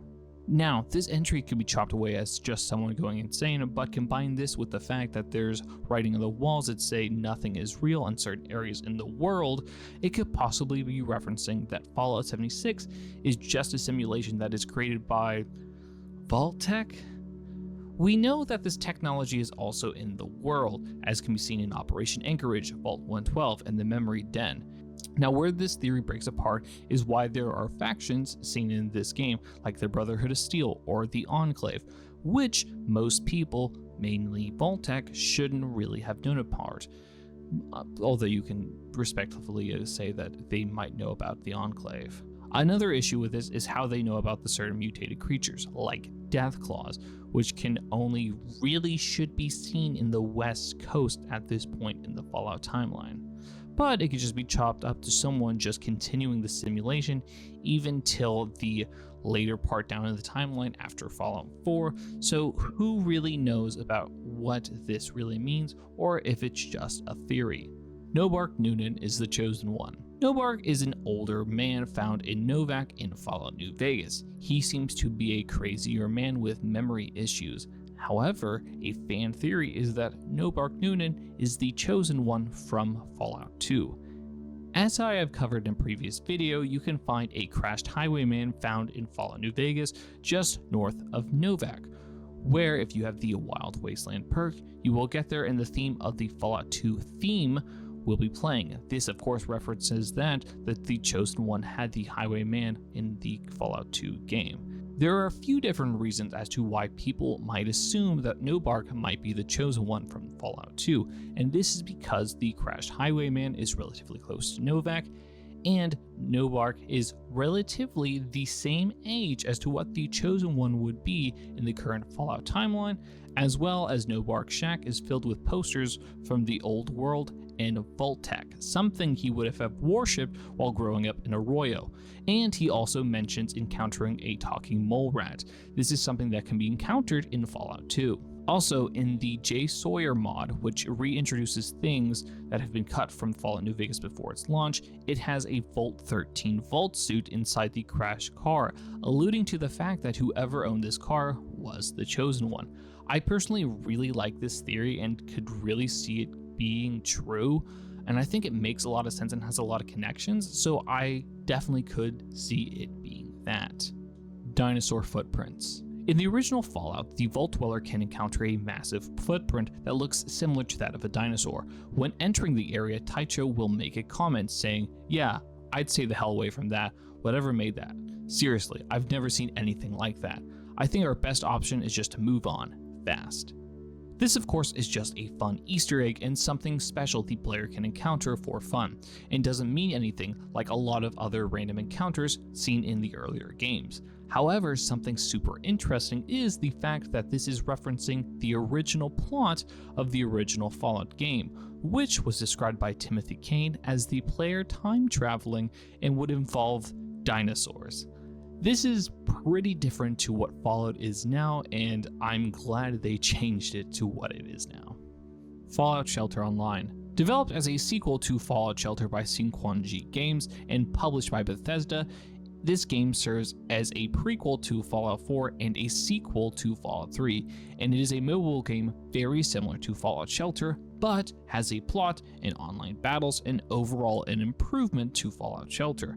However, as of recording this, it is only available to certain countries in Asia. This is one of the most frustrating things about this to me, is that there is a whole mobile game that cannot be played and most likely will never be played because it has been around since 2020. The game follows a storyline that takes the player through the Commonwealth, meeting all the main companions and factions of Fallout 4, and then takes you to the Capital Wasteland, meeting other characters and factions like Herald. The biggest question and mystery of this game is it considered canon? Bethesda has made no reference to where it stands on that, and if they did and it is considered canon, it adds so many wild things to the canon of Fallout, such as the Enclave still being in the Capital Wasteland after Fallout 3, Herald being alive, and possibly intelligent Deathclaws being on the East Coast. I think I want to make a deeper dive about this topic later down on after I'm done with this iceberg chart, and because it just interests me so much and it's just such a crazy topic, so be on the outlook for that. Exodus. Way back in 2008, when the Fallout rights were in a weird position, an RPG system was in the works by Glutton Creeper Games that would eventually be called Exodus. However, this game was originally supposed to be a Fallout RPG system, and of course, because Bethesda was in that weird stage of just acquiring the rights to Fallout, Exodus had to completely shift gears and get rid of all the references to Fallout, and thus came the Exodus. Exodus is still a post-apocalyptic RPG, and although a lot of the references to the Fallout universe is gone, it has some similar artwork and style and theming to Fallout, which I think is really neat. I've been looking for a Fallout type RPG system to play and get into, and what I've heard is it's similar to 3.5 edition of D&D, so I might have to check it out in the future. Abe and Monty. This entry refers to the two cut characters Abraham and Monty that were part of Veronica's storyline and somehow related to the Dead Money DLC. There is unused dialogue that hints that the two characters would need to be tracked down along with an object known as an accelerator that one of them would be carrying. It makes note that the two characters are assumed to be ghouls who were healed by the Crater and have now gone north into Ghoul Country. All of these cut dialogue options can only be found in the Dead Money DLC, but noticeably, the DLC directly covers over the dialogue, so it can't be found in-game. Honestly, I never knew about these characters, and I'm still confused about what they were and what role they had in the game, so them being cut doesn't make that big of a difference. Fallout 2 causes Fallout 1. In Fallout 2, the Chosen One can encounter a group of standing rocks with a large circular rock in the center that, once interacted with, will create a portal bringing the Chosen One back into Vault 13 before the events of the original game. This can be seen by the Overseer being there in a complete vault, and the Chosen One can interact with items within the vault. If the Chosen One goes over to the water chip, he will break it, thus creating the beginning storyline of the original Fallout game that has the Vault Dweller going out and finding a replacement for the water chip. And I think this is a really cool thing, and although I don't think it is canon that the Chosen One causes Fallout 1, and I think this is more of an Easter egg to a Star Trek episode, I think this is one of my favorite encounters in the game, and just a really little known fact. Underwater Vault. Vault 120 was a cut vault from Fallout 4, which would be an entire vault being underground and still functional, and being controlled by the Overseer of a giant squid. The quest was called 20 Leagues Under the Sea and would be a Bioshock-style vault, with the player having two different endings on how to resolve issues in the vault. Interestingly, Captain Zhao of the Chinese submarine would be helping out on this quest. My favorite part about this vault is that although we knew that it was in Fallout 4 release, it wasn't until the release of Fallout 76 that we actually saw the meshes of what the vault actually looked like. This would have been a really cool thing to see. This vault is just so beautiful and so aesthetically pleasing if you like Bioshock. And although there's no reason to why the vault was eventually cancelled from the final parts of the game, it would have been super cool to see. The Interloper. One of the few really cool Fallout 76 entries is the Interloper, which is a weird creature within the deepest chambers in the Lucky Hole mine in Fallout 76, in a hidden area where most people miss. This creature is referenced as the firstborn of the wood and looks like a mix of Cthulhu-type mythos creature and that of wood. When the creature is shot, it reacts ever so slightly, but no matter how many times you shoot at it or damage it, it will not die and will just move ever so slightly. This being is what the cult of the Mothman pray to and worship. However, unknown to many of them, this creature is using them and tricking them into making sacrifices for that creature. This would later on create another sect of the Mothman cult, and those who saw past the deception of this creature being known as the Enlightened, and they followed the Wise Mothman.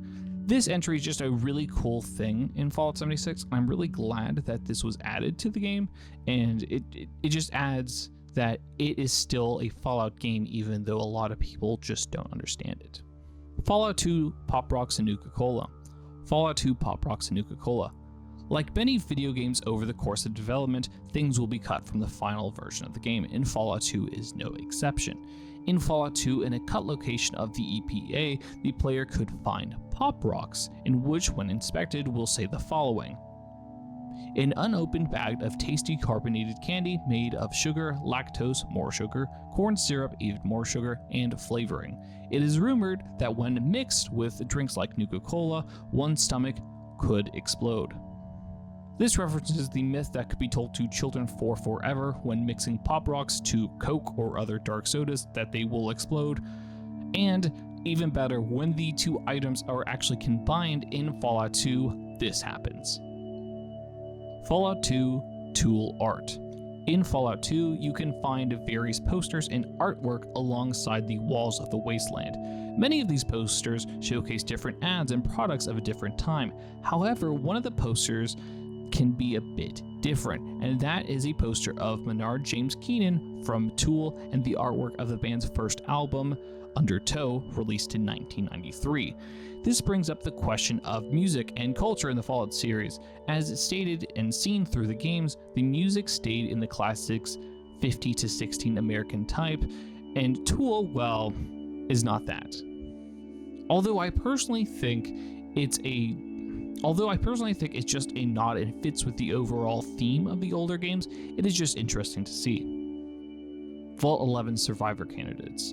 Vault 11 is a vault found in Fallout New Vegas, to which the experiment was to force the vault residents to pick one dweller to be sacrificed each year.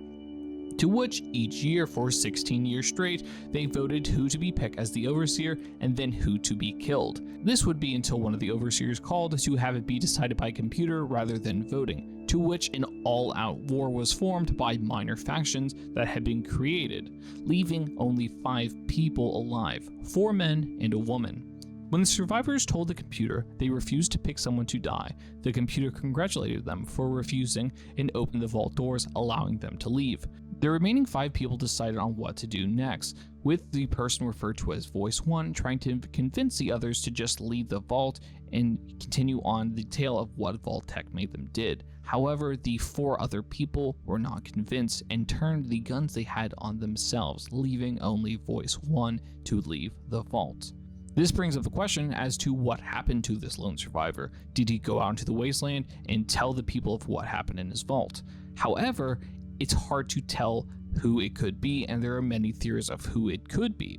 Most interestingly about it is there was an original cut character model about what this character would be like and could be seen in game. And because you can't find any references to this or any stories about it, there's nothing else that could be known, and right now it's just theories.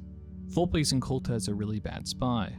Volpe Inculta is the head spy master of the Caesar's Legion and is the next in line for the throne of the Legion. However, this entry refers to Volpe Inculta isn't a good spy, with the idea that he has nothing of noteworthy in his stats and specialty and is really easy to kill. If you have Arcade Cannon with you when he approaches you after meeting Mr. House, Arcade will make a note saying exactly who he is. So, even in the game, it's pretty obvious that even regular people know that he is the spy master and what he looks like, thus his disguises don't really work. And if people know what he is, what he does, and if his disguises don't work, how is he a good spy master? Level 7. Vault Boy and Pip Boy. Did you know that the Pip-Boy created by Robco also had a mascot kinda similar to the famous Vault Boy? Showing up in only Fallout 1 and 2, Pip-Boy looked a lot like Vault Boy except for the colors red and yellow instead and had a different hair. This would go on and confuse non-Fallout fans, as I've heard so many people call Vault Boy Pip-Boy because they heard the word before and thought it was Fallout related, so they thought it was him. It's actually funny that a lot of people reference this character and call him Pip-Boy because they just have heard of the Pip-Boy before and they just presume that one is the same thing, and this is not in fact Pip-Boy, but in fact Vault Boy. And in fact, this is Pip-Boy. It is really funny, and I'm glad that Bethesda kind of got rid of this mascot, as it doesn't really make sense and it just adds a bit more confusion. Although I do like the idea of corporate entities having mascots, and the idea that Robco had one for their Pip-Boy was also really interesting.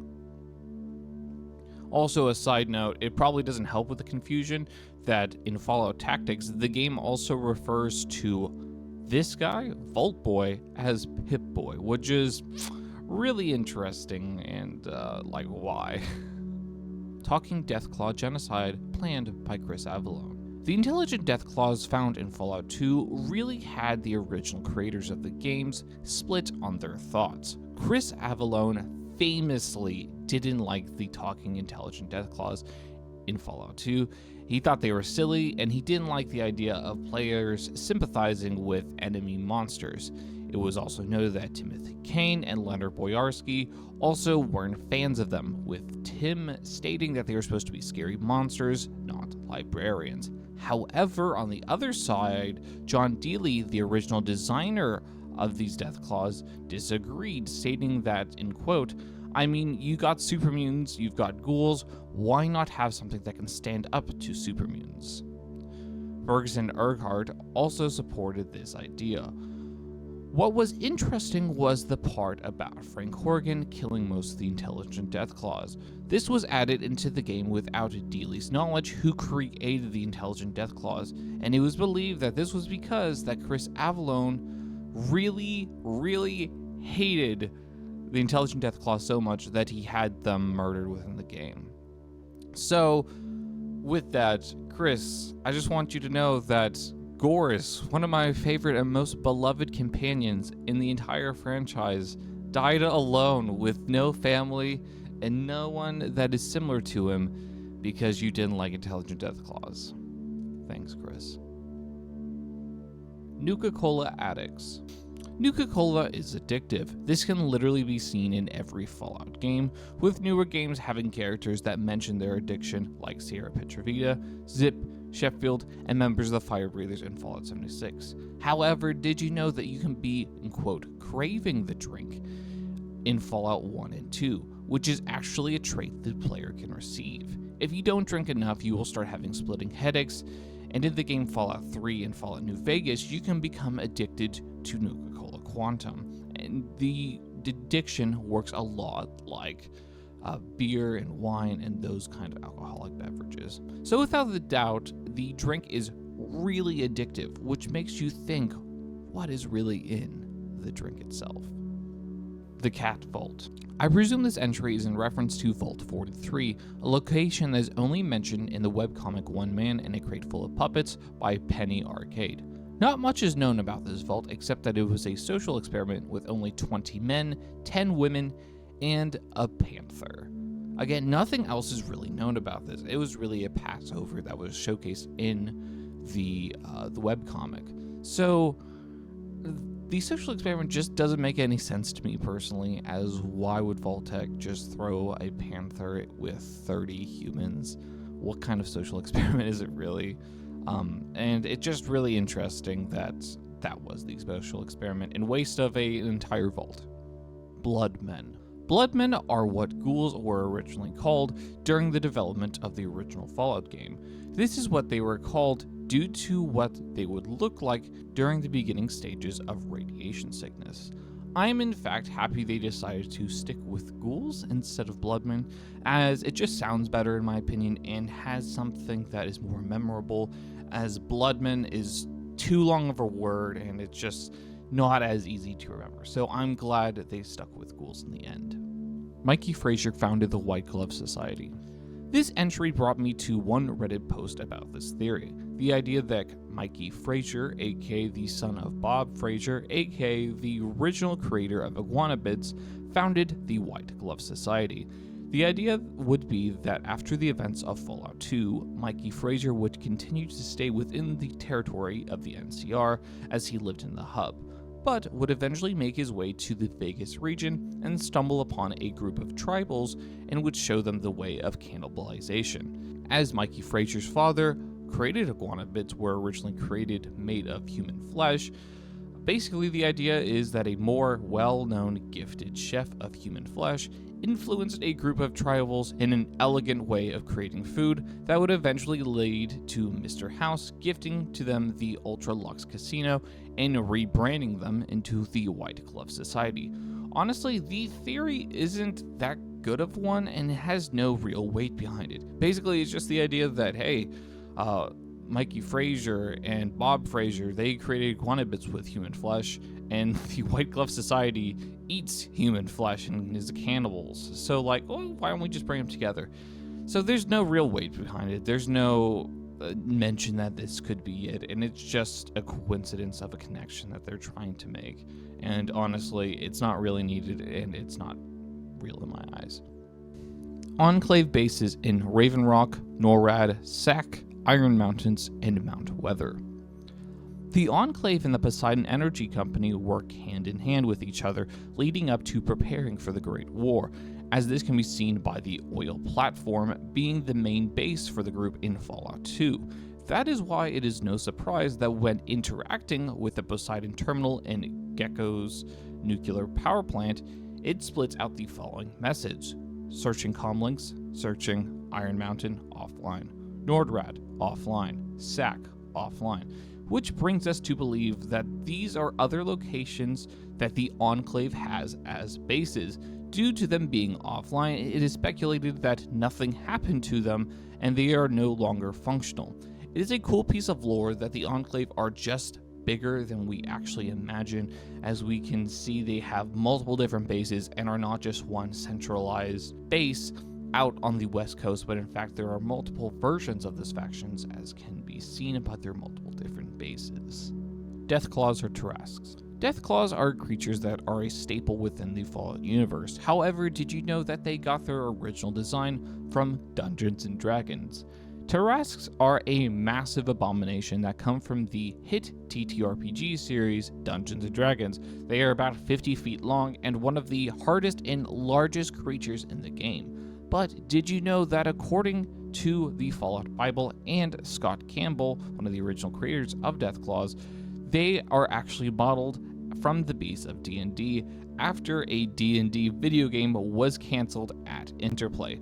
They were working on Fallout at the time and didn't want to waste time on creating a new model, so they literally reused an asset from this D&D game and put it into Fallout, and this became known as Deathclaws. Deathclaws were originally modeled as Tarrasques for the D&D game, and it was just literally put into Fallout. And that's why they look the way they do. They are quite literally just Tarrasques from a canceled D&D game. The more you know. Fallout Tactics Klingons. In Fallout Tactics, you can find a special dagger called the Doktarg, which in the in-game description reads as a weapon constructed for a bunch of obsessive TV fans in the 20th century. It works like a real weapon, which is very sad. Now, this weapon is literally from Star Trek, by the exact name of the Dark Tag, a dagger used by Klingons. Why this is so low on the iceberg, I have no idea. However, I do find it interesting that the in-game description recognizes that it is from a TV show, meaning this is a prop or toy of sorts. So does that mean that Star Trek is in fact canon in the Fallout universe too? The more you know. The Visitors. The Visitor is a small, pale, red wood-like creature that is hidden away in the Chamber of the Deep in Fallout 76, only accessible by diving underwater or flying to its location. Its appearances look a lot like the Interloper, another weird creature found in Fallout 76 within the Lucky Hole mine that we already covered. However, unlike the Interloper, this thing is a corpse and will not react to anything happening to it in the game. It is unclear what this creature exactly is, or even if it's the same thing as the Interloper, or is it just a baby version of the Interloper? It doesn't really, there's no connection, there's no direct evidence that says they are directly connected other than them just looking similar to each other, but the differences in size change what your perception could be. This is one of the reasons I will defend Fallout 76, as there's just so much more than just meets the eye, as this thing is literally hidden away in a location of Fallout 76, and it's just so cool, and it's just really cool the amount of thought and love that the developers actually put in Fallout 76. No romance in New Vegas. This entry refers to the fact that you cannot romance a companion within Fallout New Vegas. There are a few different people within the game the player can sleep with, but none of them are your companions. And we don't really know the reason why. Chris Avallone has stated on Twitter there are no real reasons, and he just doesn't think he's good at writing romance. However, we do know that there were cut quests or encounters that would involve you romancing companions, and that is only with Cass. One of the cut encounters would be you would end up drunkenly sleeping with Cass and waking up married to her by the king the next day, and this would be eventually be cut from the game. Again, I don't think romancing your companions was really needed in Fallout New Vegas, and I think it's just a thing that people really wanted to see after Fallout 4 came out, as Fallout 3 didn't have romancing of companions either, so I think it was just really first introduced in Fallout 4 that we don't have romance. Fallout Tactics Show Shot. Did you know in Fallout Tactics you can literally get the worst light machine gun ever? Well, ever is kind of up for debate, but the player can get a gun called the Show Shot with the description of the worst machine gun ever, and the editor within the game labeling it as useless heavy. It's funny why this gun was added into the game, and the reason is all just for a joke. You see, the gun was actually real in real life, used by the French during World War II, and was infamous for being unreliable and frequent jammings. So that might explain why the game description isn't too much of a fan of the gun. Betsy the Playable Brahmin. Did you know that in one Fallout game you can play as a Brahmin? That's right, in Fallout Tactics in the multiplayer mode, which is the only Fallout game that has a mode like this, you can play as Betsy the Brahmin for 564 points for the following description. Betsy is a Brahmin. She has 2 heads and udders. This makes her very popular at parties.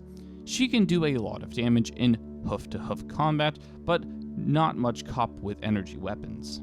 If you have never played Fallout Tactics before, you might be asking why this is a recruitable companion, but honestly, having a Brahmin as a recruitable companion makes so much sense for the game, and it just fits the atmosphere and feeling of the game, but is a little known fact for the community at large. Radioactive tumbleweeds. In Fallout New Vegas, you can encounter tumbleweeds, dried up rolling balls of plant material. However, did you know that cut from the game was radioactive tumbleweeds? They glow and emit a small bit of radiation similar to that of other creatures.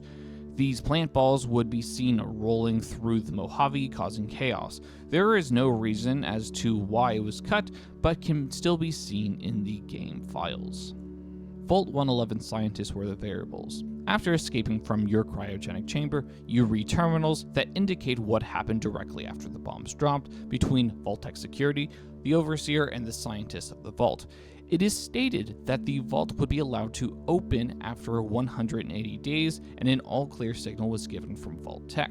However, that day never came, and despite Vault-Tec security demanding to leave to get rations, the overseer refused, which led to a mutiny to happen. This was the last we would hear from anyone within the vault, as all the terminal entries after this point stop, so it is very likely that the workers of the vault killed the overseer as seen by their body within his own office. The residents would just die later on out in the wasteland. They wouldn't come back to the vault, they wouldn't update your terminals, and they would just leave.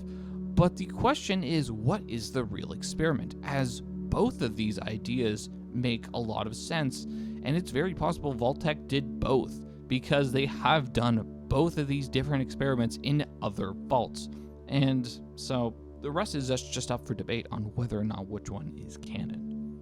Vaults were intended to prep for space travel.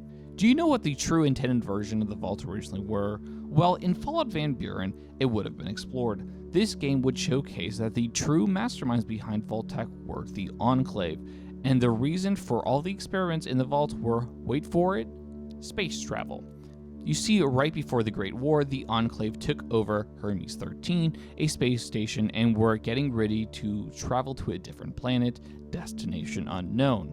The experiments were originally created for the Enclave to figure out along their adventure how long they would be able to last in extreme situations, which is why they have social experiments and a few other random things, basically trying to see how long they would be and see what their probability would be to make it to their intended destination. I think this would have been a really cool twist to see the reason, and maybe Fallout Prime Season 2 will go into this a bit more and go down this route, but who really knows? I just think this is a really interesting idea, and whether or not it is indeed canon, that is the lore behind the intended version as to why the Vault had experiments.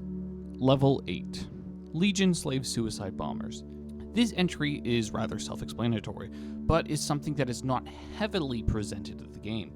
The Legion are bad people, there's no getting around that, but did you know that they strap a bomb to their slaves and explode them during combat? Through the game, you can meet a few different NPCs that mention they were injured by Legion slaves blowing themselves up, and in fact some of them are even children. This just brings up the question of why people side with the Legion if they're not just doing a evil playthrough. Like, they are literally a very evil faction, and we're just okay with this? Kielwacha Nel Conservo. In the Fallout New Vegas Honest Hearts DLC, we encounter the many tribes of the region, which all speak their own language, which is a combination of several different languages. The Dead Horses is a combination of English, German, and Navajo. The Sorrows is a combination of English and Spanish. And finally, the White Lakes is a combination of English, Spanish, and Shoshan. So, towards the end of the DLC, when Joshua Graham calls out Salt Upon Wounds and utters the phrase, "You took advantage of us at New Canaan to drive us out, and like the dogs of Caesar you are, you followed us to Zion, and now you stand on holy ground, a temple to God's glory on earth. But the only use for an animal in a temple is sacrifice. Kielwacha Nel Conservo. You understand me, don't you? Don't you?" Now, it's that last part of the statement that cannot be translated, as it's literally nonsense and a made-up language. So that has brought us to what exactly Joshua Graham is saying during that line. It has been confirmed by Joshua Sawyer that it just isn't nonsense, but it actually means something. I've seen multiple people on Reddit and on No Mutants Allowed trying to decipher the true meaning behind this, and although we have no way of directly indicating that we will know the exact meaning of the statement, as it's a combination of different languages, we have found by using context clues and breaking down some of the language's meanings, this is probably the best guess to the answer of this long question statement from this DLC, and it is, "As God is my witness," which is Kielwacha, "none of you will be spared. Nel Conservo." Please note, I did not come up with this speculation, but Jack Reynolds on No Mutants Allowed has a full decision, and he came up with this. I don't know if he got it from someone, but this is where I got my resources of who said it, and I think based on the context clues of what the whole statement said, and breaking down, because he went in full depth as to explain what this statement would mean in the broken down languages, I think this makes the most sense. First battle of the Hoover Dam Orgy. Well, I guess it's time for this one.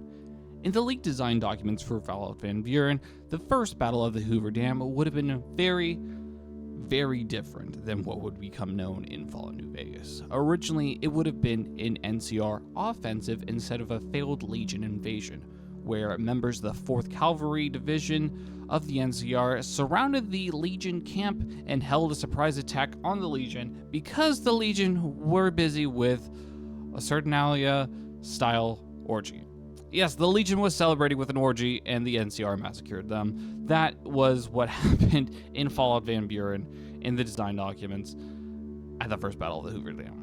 Yeah, you can't really make this stuff up, and this is just another one of the reasons why I'm glad New Vegas ended up being made and being canon instead of Fallout Van Buren, as this is just a wild statement to me. There are multiple mysterious strangers. Out of all the mysterious stranger theories, this is the one I am most subscribed to. This theory is that because there are so many different mysterious stranger variations in the games like Misfortune, the Reliable Stranger in Fallout 76, and because all the mysterious strangers kind of look a little different in appearance, that the mysterious stranger is not actually one person, but an organization that has utilized transportation similar to that of the Institute and wanting to protect certain people that they have invested interest in.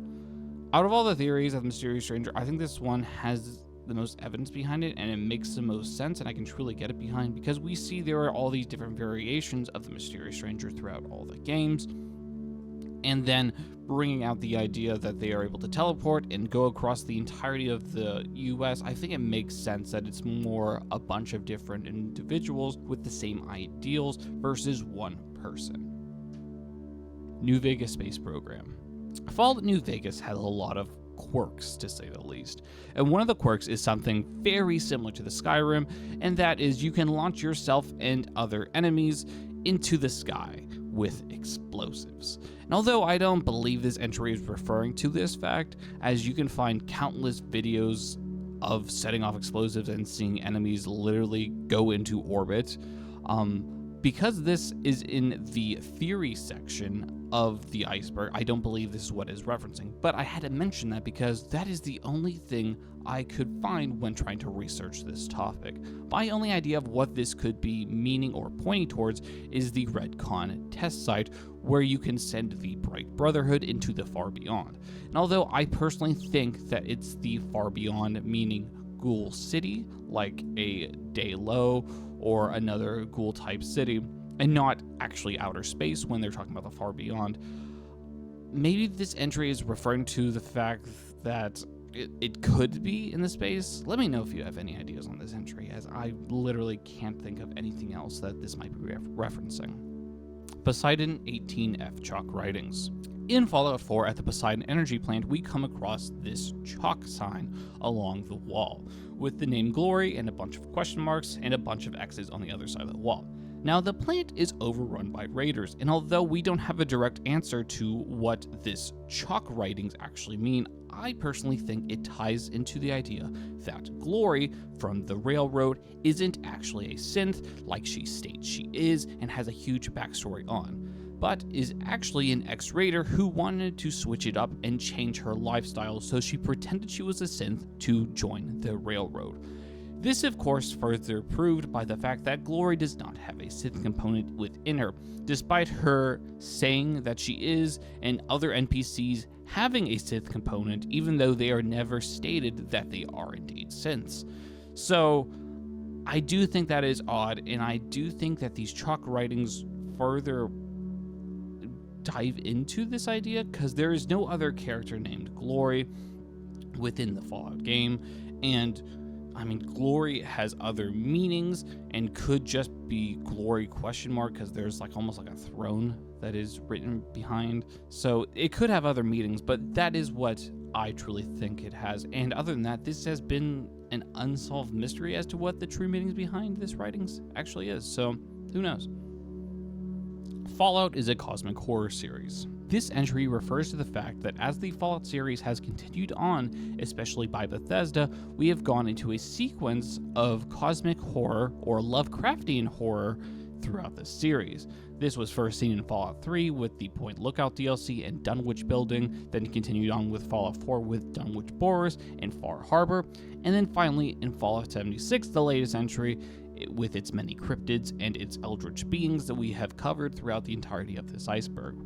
So what does that leave next in the Fallout universe? I guess if the elements are continued, then maybe we would actually see something like this in the latest season of Fallout Prime, to prove that it is indeed a staple of the game. Now, I highly doubt we will see anything to this because Fallout Prime is very much mainstream compared to the Fallout games, so I doubt we will be seeing anything Lovecraftian horror, but if we get any indication to something like that, then it is confirmed canon that the game is basically cosmic horror kind of vibes now, or at least has an element of it in every iteration in the future.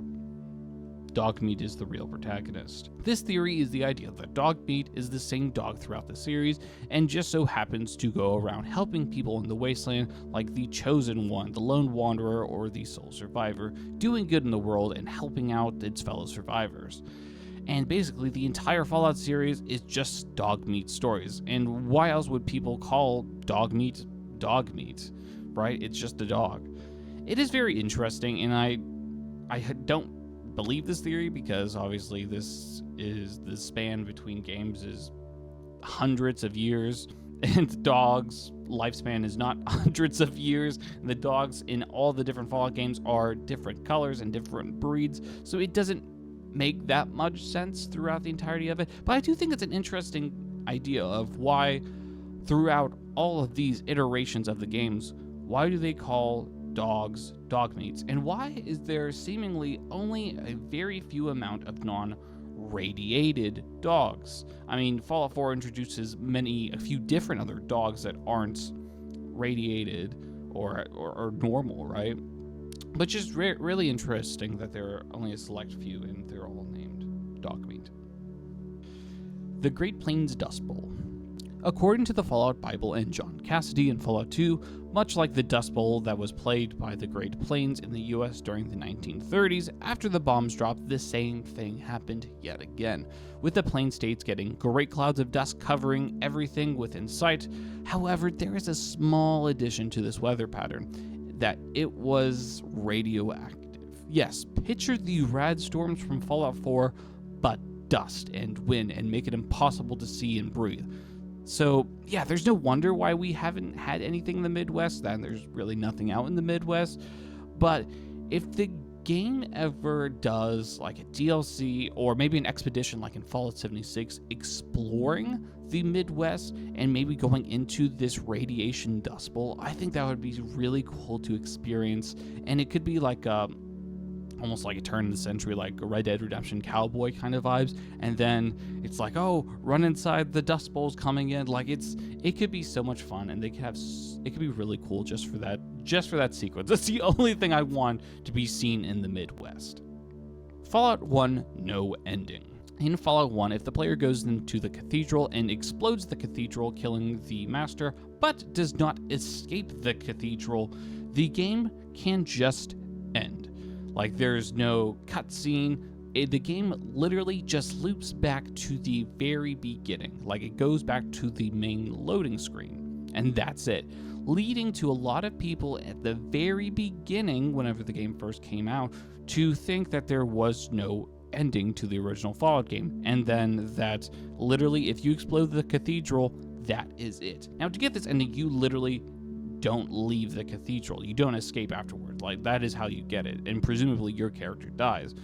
And instead of no ending messages and no taunting messages from Ron Perlman saying that you died, the game just loads back to the main screen, and that's just it. It's really interesting, and it's really funny that as a new person coming into the game, and imagine your first time playing the Fallout game, and you get to this far thing, you get to the very end of the game, and then you just think that's how it ends. And because the internet was pretty sparse back then, that was it. That's how you thought the game ended for the longest time. And that is just hilarious to me. The Brotherhood are their continuation of the Knights Templar. This entry refers to the idea that the Brotherhood of Steel were originally created to be very similar to that of the Guardian Citadel from the video game Wasteland, which are a group of religious monks who exist to keep technologies of the old world alive. And although they are already seemingly very similar to the Brotherhood of Steel, the Guardian Citadel group in Wasteland are a bit more religious. Like, they worship old world technologies. And it's funny because the Brotherhood of Steel scene throughout the Fallout series has gone through a roller coaster of them being very similar to this organization and not. As we can see in the original Fallout, them being a bit more religious looking. Like, they aren't as religious as the Guardian Citadel from Wasteland, but they are a bit more leaning towards worshipping these old technologies and protecting it for the betterment. Then we can see in Fallout 3, New Vegas, and 4 not being the case whatsoever, and them more being like a let's fight against the bad people kind of organization. And then we have Fallout Prime, which is literally the Guardian Citadel group from Wasteland. Like, they are literally they are quite literally that organization. They have priests within their rank. They have, like, not sacrifices, but like religious, like, ceremonies, and they are very much more religion based, and which I think is really interesting. And I really like this different take to it, and I want to see that iteration of it in future Fallout games, really. Mark is the mysterious stranger. We all know the mysterious stranger and how he's able to either stealth around or teleport around maps and across sides of the country to help people in need. Now let's introduce Mark. Mark was one of the members of Richard Gray, aka the Masters Expedition Group, into the Mariposa military base. Here, there was also Harold and Francine and a few other unnamed people. When the group was attacked by security robots and Francine was killed, it was a wounded Mark who was told to go and get help and return to the surface. but he would never be seen again. Eventually, Harold and Richard would fall into the vat of FEV and turn into what they are now seen, leaving the vault and never seeing Mark ever again. Richard would become the master, and Harold would become, well, your beloved character that you've seen throughout Fallout 1, 2, and 3. So, what happened to Mark? This is the age-old question, and I think this theory is just bringing the idea of what happened to this seemingly throwaway character and putting it into a case and saying that, Mark somehow got dipped into the FEV and gained the ability of teleportation and the ability to help people in need, and or some people think that it turned him into a ghost and he wanted to basically help people along the way and be like a guardian angel because he wasn't able to save his original friends from this. But I'll be honest with you, as much as I really want this theory to make sense and connect what happened to Mark and the mysterious stranger and figure out what this is, I don't think it makes any sense. It has no real supporting evidence to it, and seemingly because of the fact that in the original Fallout 1 and 2, the version of the mysterious stranger is more like a helpful person and not an entity that just appears. So it is very different than what is seen in Fallout 3, New Vegas, and 4, and which is why I don't think Mark is the mysterious stranger. Ugh-Quailtoth. As I teased about in the very early entries of this iceberg, Ugh-Quailtoth is a mythical creature that is most likely an eldritch being in nature or forgotten god of sorts. In the Fallout 3 DLC Point Lookout, you can help out an old man by the name of Obadiah Blackhall. In fact, he wants you to help retrieve the book that was stolen by him from the swamp folk, known as the Quebecna. This quest will take you into a ritual site very similar to that found in the Dunwich building, and the book that will be retrieved and then given back to Obadiah, which he will give the player caps and then leave to go into his basement. If you follow Obadiah into his basement, he will begin to pray to a being known as Ugh-Quailtoth. This is the first time we actually hear the name of this creature and this being, and is actually the last, I believe. And because the obelisks that are found in the Swamp Folk dungeon that you see in this DLC and are the same looking as the ones found in the Dunwich building and the one found in the Black Hall family basement, it is believed that they are all worshipping the same eldritch deity known as Ugh-Quailtoth. And because in the Fallout 4 location Dunwich Borers, which has people being sacrificed to a similar thing, and although it is not the same obelisk that is seen in Fallout 4, it is believed that it is still the same eldritch being that is still being sacrificed to. So that is what Ugh-Quailtoth is. It's an eldritch being that is seemingly a lost god. Is the entities found in Fallout 76 that of a similar nature to them, or are they different in everything in all aspects? We don't really know, but that's just a theory. Mentats contain asbestos. Mentats are chems found within every single Fallout game since the beginning. Created pre-war by MedTech, the drug helps the user become more creative and intelligent, aka in-game increases the intelligence and perception stat by a couple of points, and other effects depending on the game and type of Mentat.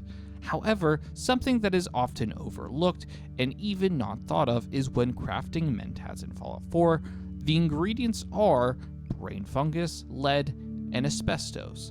Asbestos are a fire-resistant material that are used in insulation, which is very toxic and sometimes fatal and known to cause cancer. So yeah, maybe Sean actually isn't that smart, but just took a lot of Mentats and got cancer. And with that, that will conclude the Fallout Lore and Secrets Iceberg. This has been a long process and a lot of research and just a lot of really fun rabbit holes to go down, so I'm really happy to have finally finished this series. It was really fun to do. But did I miss something, or do you have any questions? Please leave them in the comments section down below, and you can follow me on Instagram, TikTok, and Twitter/X for more Fallout and other related content. Do you have any more theories and concepts you want me to be covered? Please let me know in the comment section down below. If you like Fallout facts, lore, and news, consider subscribing for more content just like this. Until next time, this is Nick from Nostalgic, signing off.